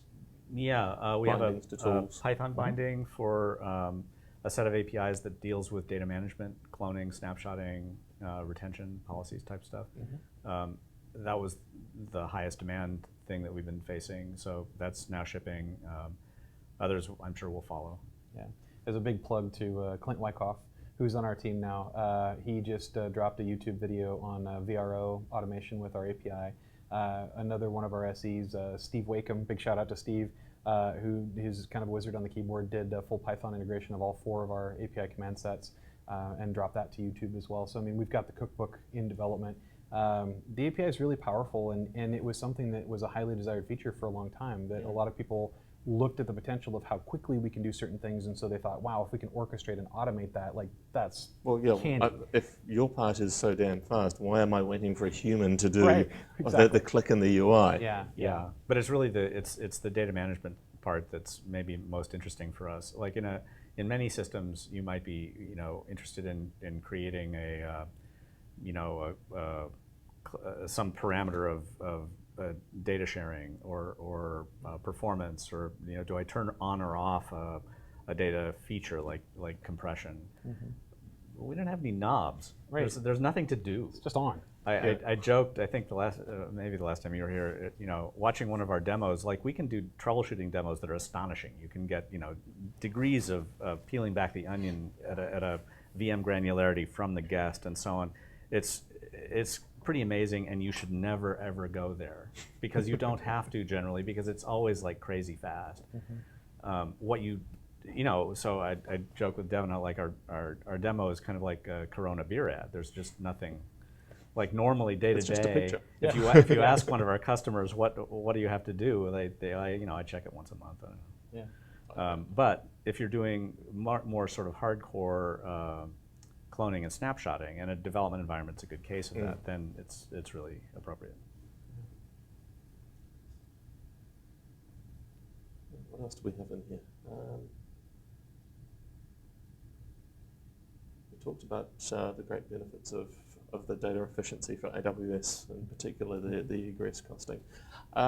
Integration into my existing environment, what are the kind of constraints? Things like network configurations, obviously everything's sitting on a 10 gig Ethernet. What are the requirements as I'm thinking about putting this into an existing environment? Well, also new for 4.0, you've got access to 25 gig now. So customers can actually make that choice to go 10 gig or 25 gig, and even if they equip it with 25 gig, it will negotiate down to 10, and we're providing you the adapters for that. So our deployment model has grown in diversity a little bit, that we have customers that are kind of mixing it up and scaling up the network. The requirements are pretty darn simple. Keep in mind, we do auto multipathing. So kind of harkening back to the build day video, one of the things that we don't have to worry about is any form of significant network gyration in the back end, to set up stuff. We're doing basically, if you will, RPCLA from the technical standpoint, but we just call it auto multipathing from the host nodes, the compute nodes themselves, to the data node. What you do on the other side of that, of course, follow all best practices. That doesn't change, and we're not getting in the way of that. But typically, we're doing upwards of 4 10 gig ports or a couple of 25 gig ports, and we're diversifying that across 2 controllers. So we're handling bandwidth aggregation for you, we're handling auto path failover for you, and that just happens as a function of the software coming online. So there really isn't a lot that you have to do. If you've got a redundant network environment or dual fabric environment, we'll figure that out. We do have kind of 3 go-to best practices that we document, all the way from the quick start out-of-box guide, as you recall. That was a good guide. Thank you. I'm glad you got a lot out of that. We've got a really awesome documentation team here. And all that stuff was literally born of like going to a customer site in early days and saying, okay, how do we do this, and getting write it down input. as we do it. Yeah, and getting their input for it. That's one of the benefits of kind of doing it in that very customer-focused way. But please elaborate on the question. What more would you like to know? Well, I recall that we chose to do some VLAN segregation, but that was about all we had to do. We didn't have to do anything with setting up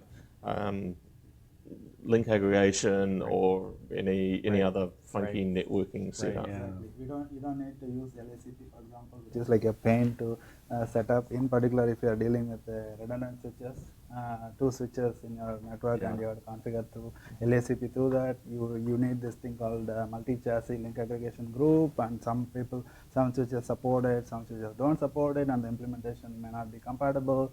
So there's a bunch of issues that you'd have to deal with. And there was a whole heap of things where you could think you'd set up multi-pathing, but because you were doing something like accessing an NFS share from one IP address to one IP address, you'd only use one path through it. Right. Oh, So like an array. Yeah. If you look at bug lists in array vendors, if LACP is prominent, it's hard to get best practices to work. I think the idea was try to gear our system to assume that the future is white box switches. Yeah. They're not smart. We don't know if they're exactly the same. What can we keep them from having to configure? Yeah, you only have to give IP addresses for the multiple links on the controller side, like 2 or 4, depending on which model of hardware you're using. Yeah. That's pretty much it. But because we have software running on both ends of the network path, so to speak, we can check the network links, connectivity of the network links. So in addition to what Devin said about bandwidth utilization, link failover, a couple of other things that we do compared to traditional arrays is we do check health of these various network paths, and we do generate events about, let's say for example, one link is flopping for whatever reason. We detect it pretty quickly, and then we do generate an informational event. And that all pops back through my vSphere as alarms. It's Yes. not an additional So it's channel. very easy to debug network issues.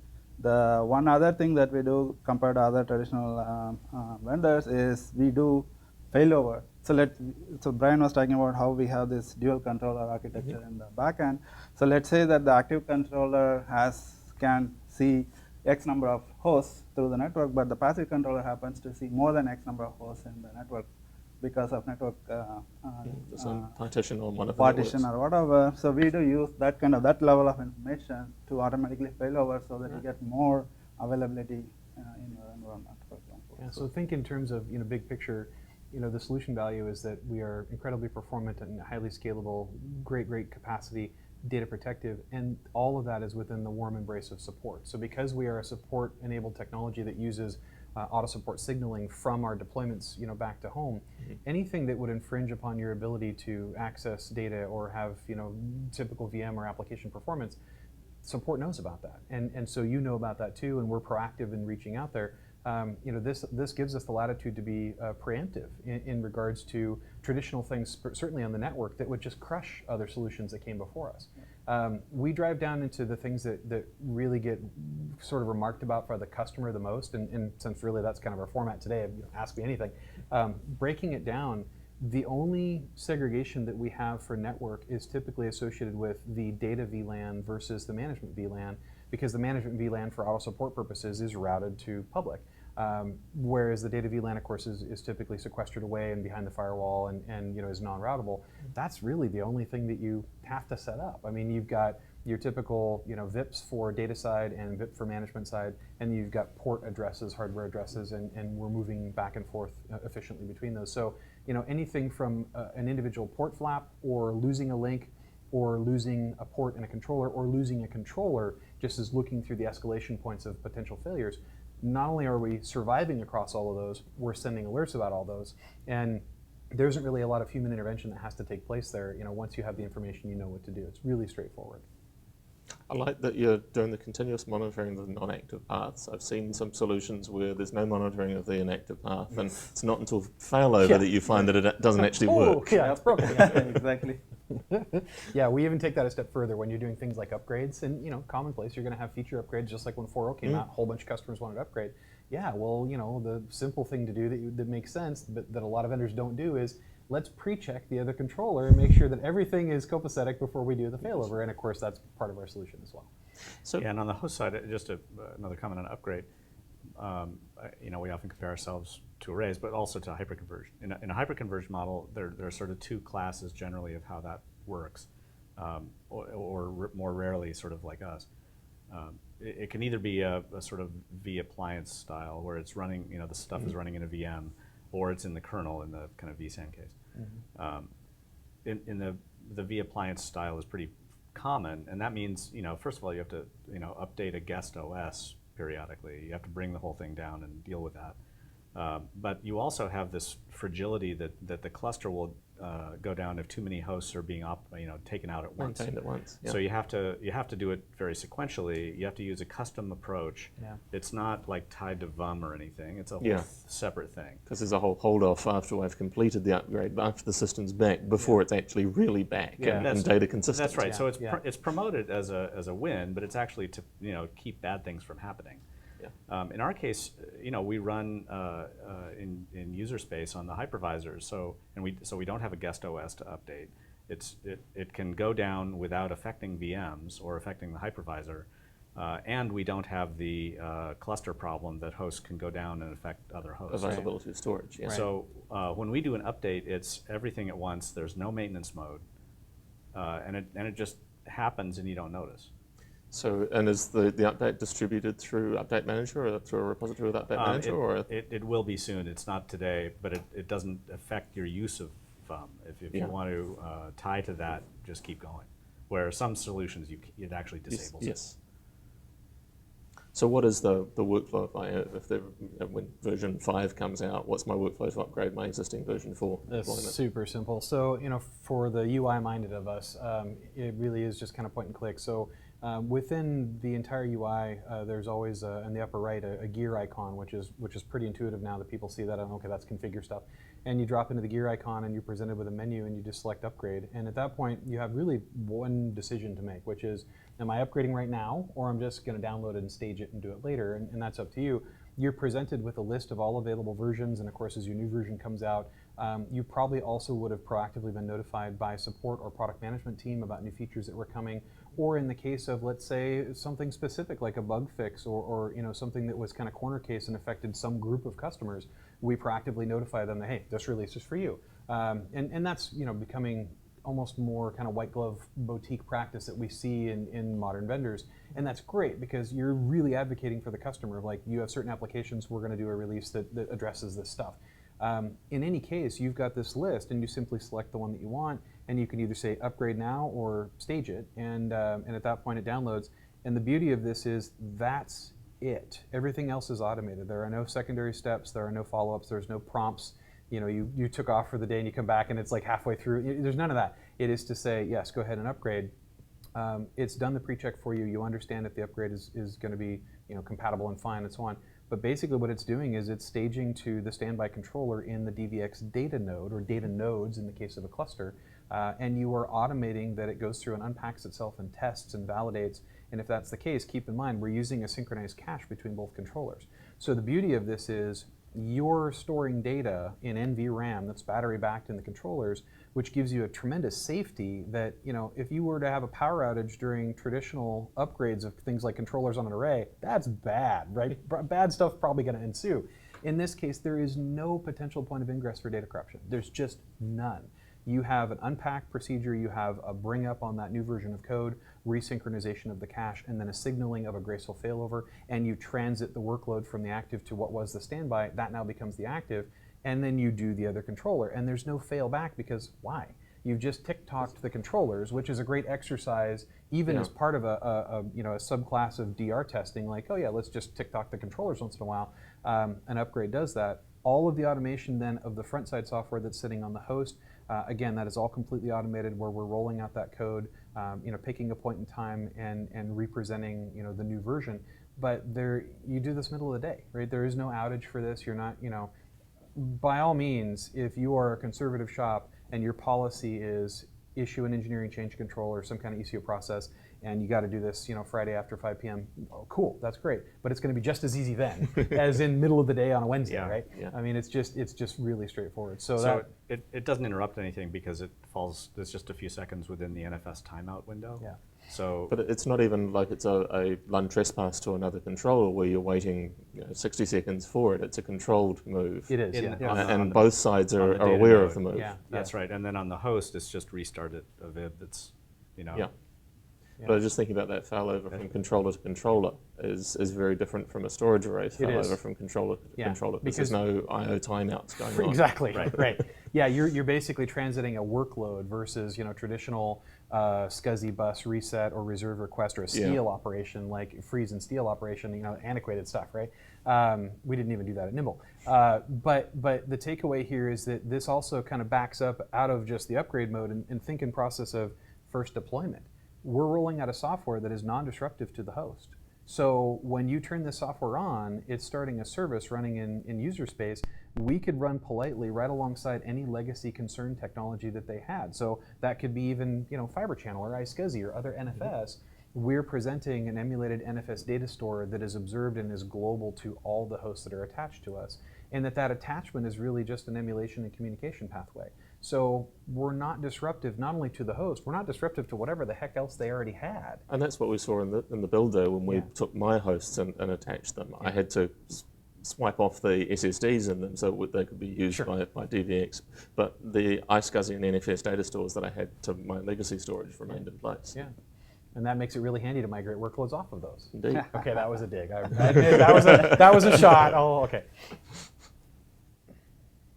Cool. Well, we're running up to end of time. Were there any questions you guys had thought of, any places that we sort of went off at a tangent, because we did that at one point?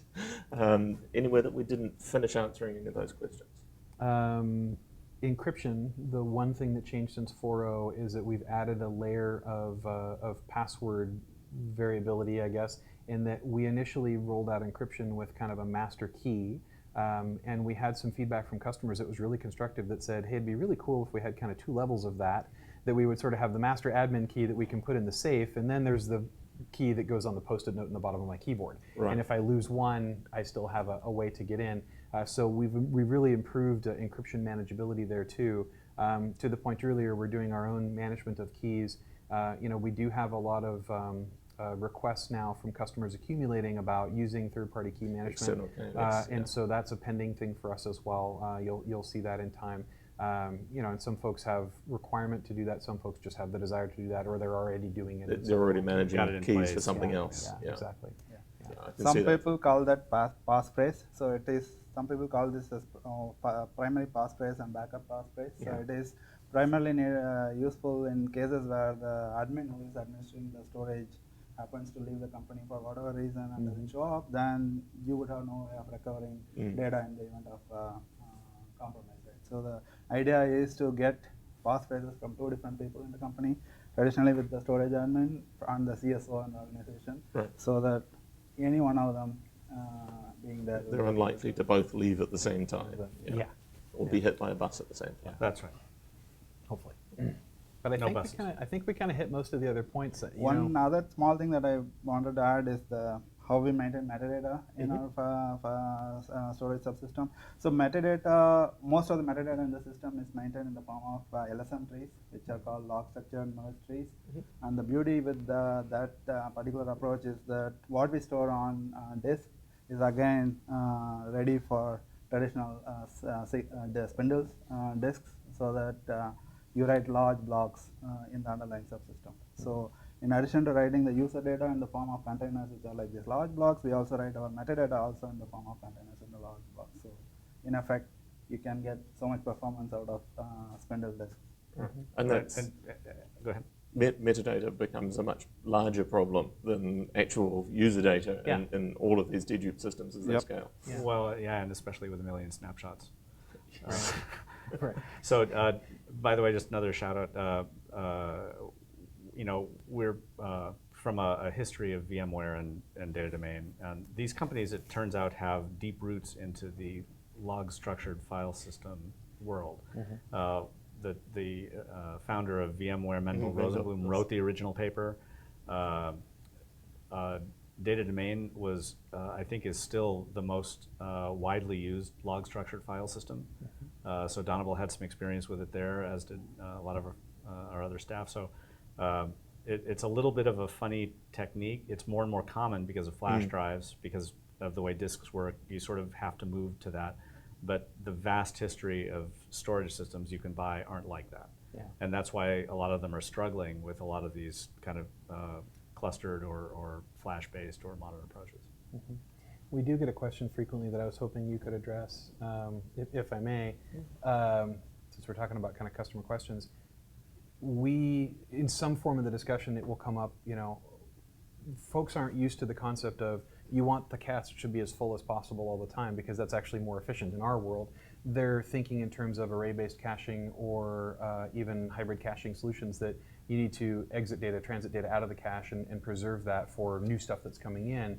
And we have a very different take on that, because of course we are addressing data that is stored in a log structured file system specific on a per VM basis. So not only is locality incredibly good, but we can drive efficiency by placing data up there very aggressively, knowing full well it's totally okay to run cache near 100% full, because that means there's better chance of dedupe happening if other stuff comes in.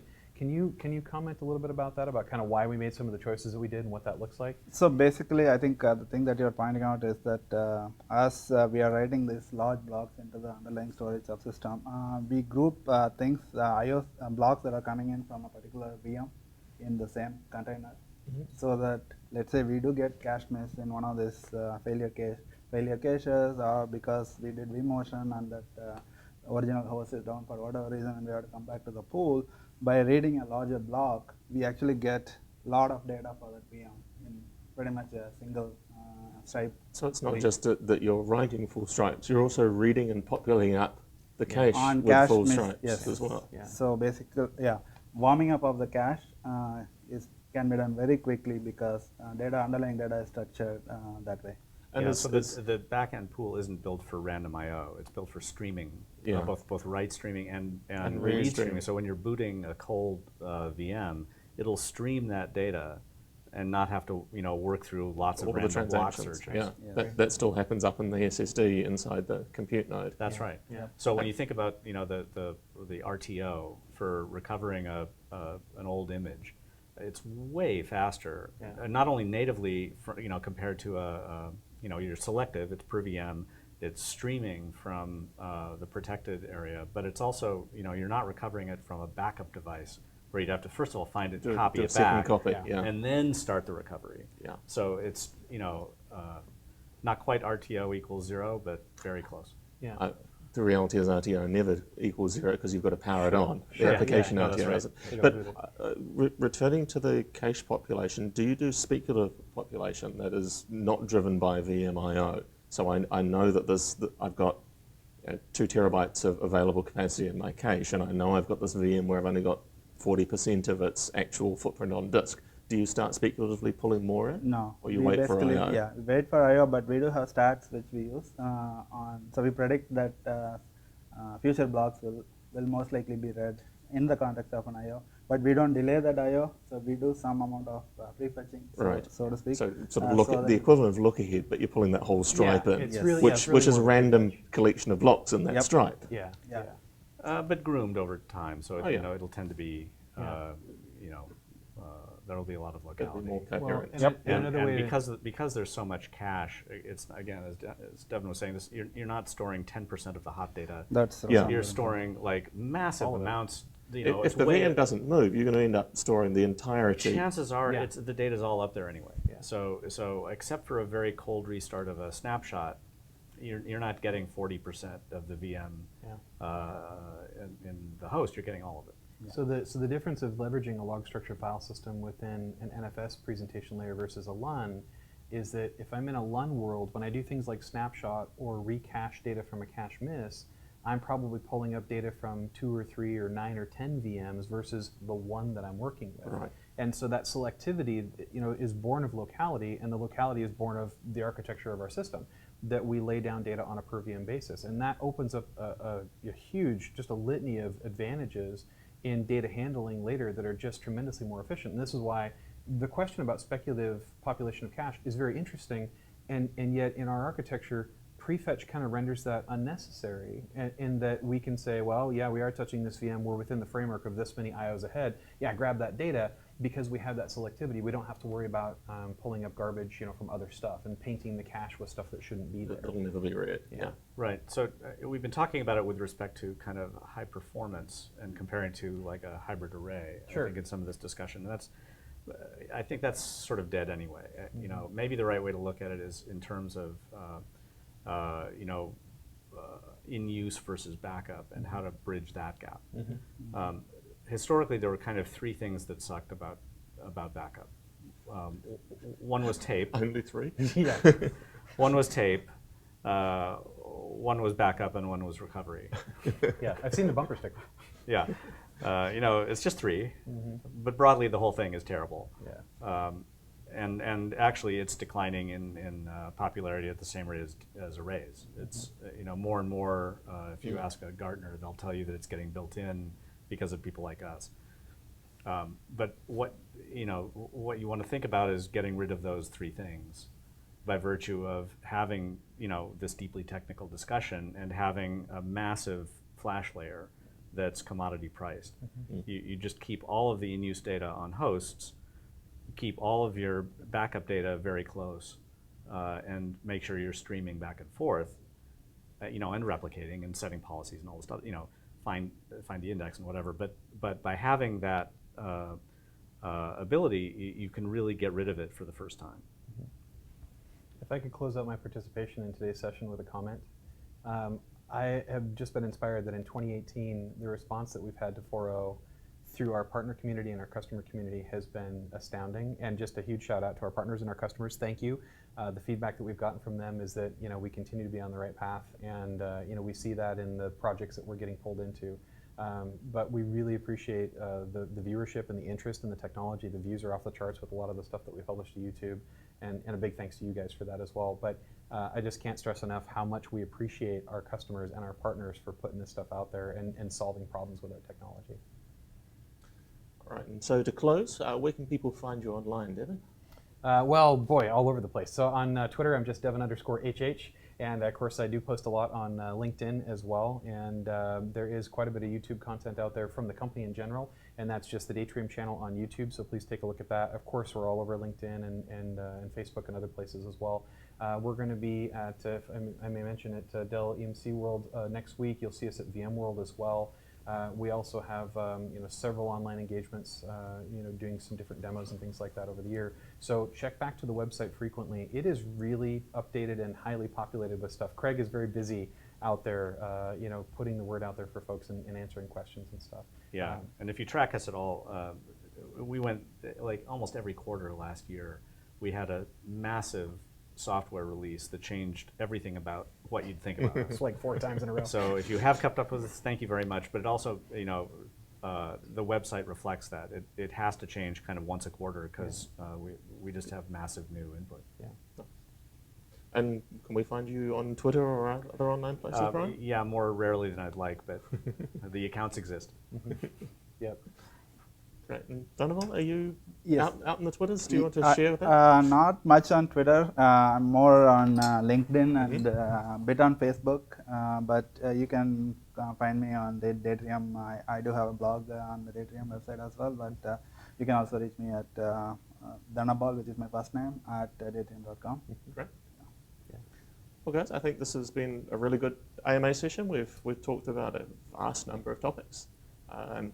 Do go check out the Datrium website and stay current with all of these changes. And if you like consuming videos like this, obviously watch the Datrium YouTube channel as well as the vBrownBag YouTube channel.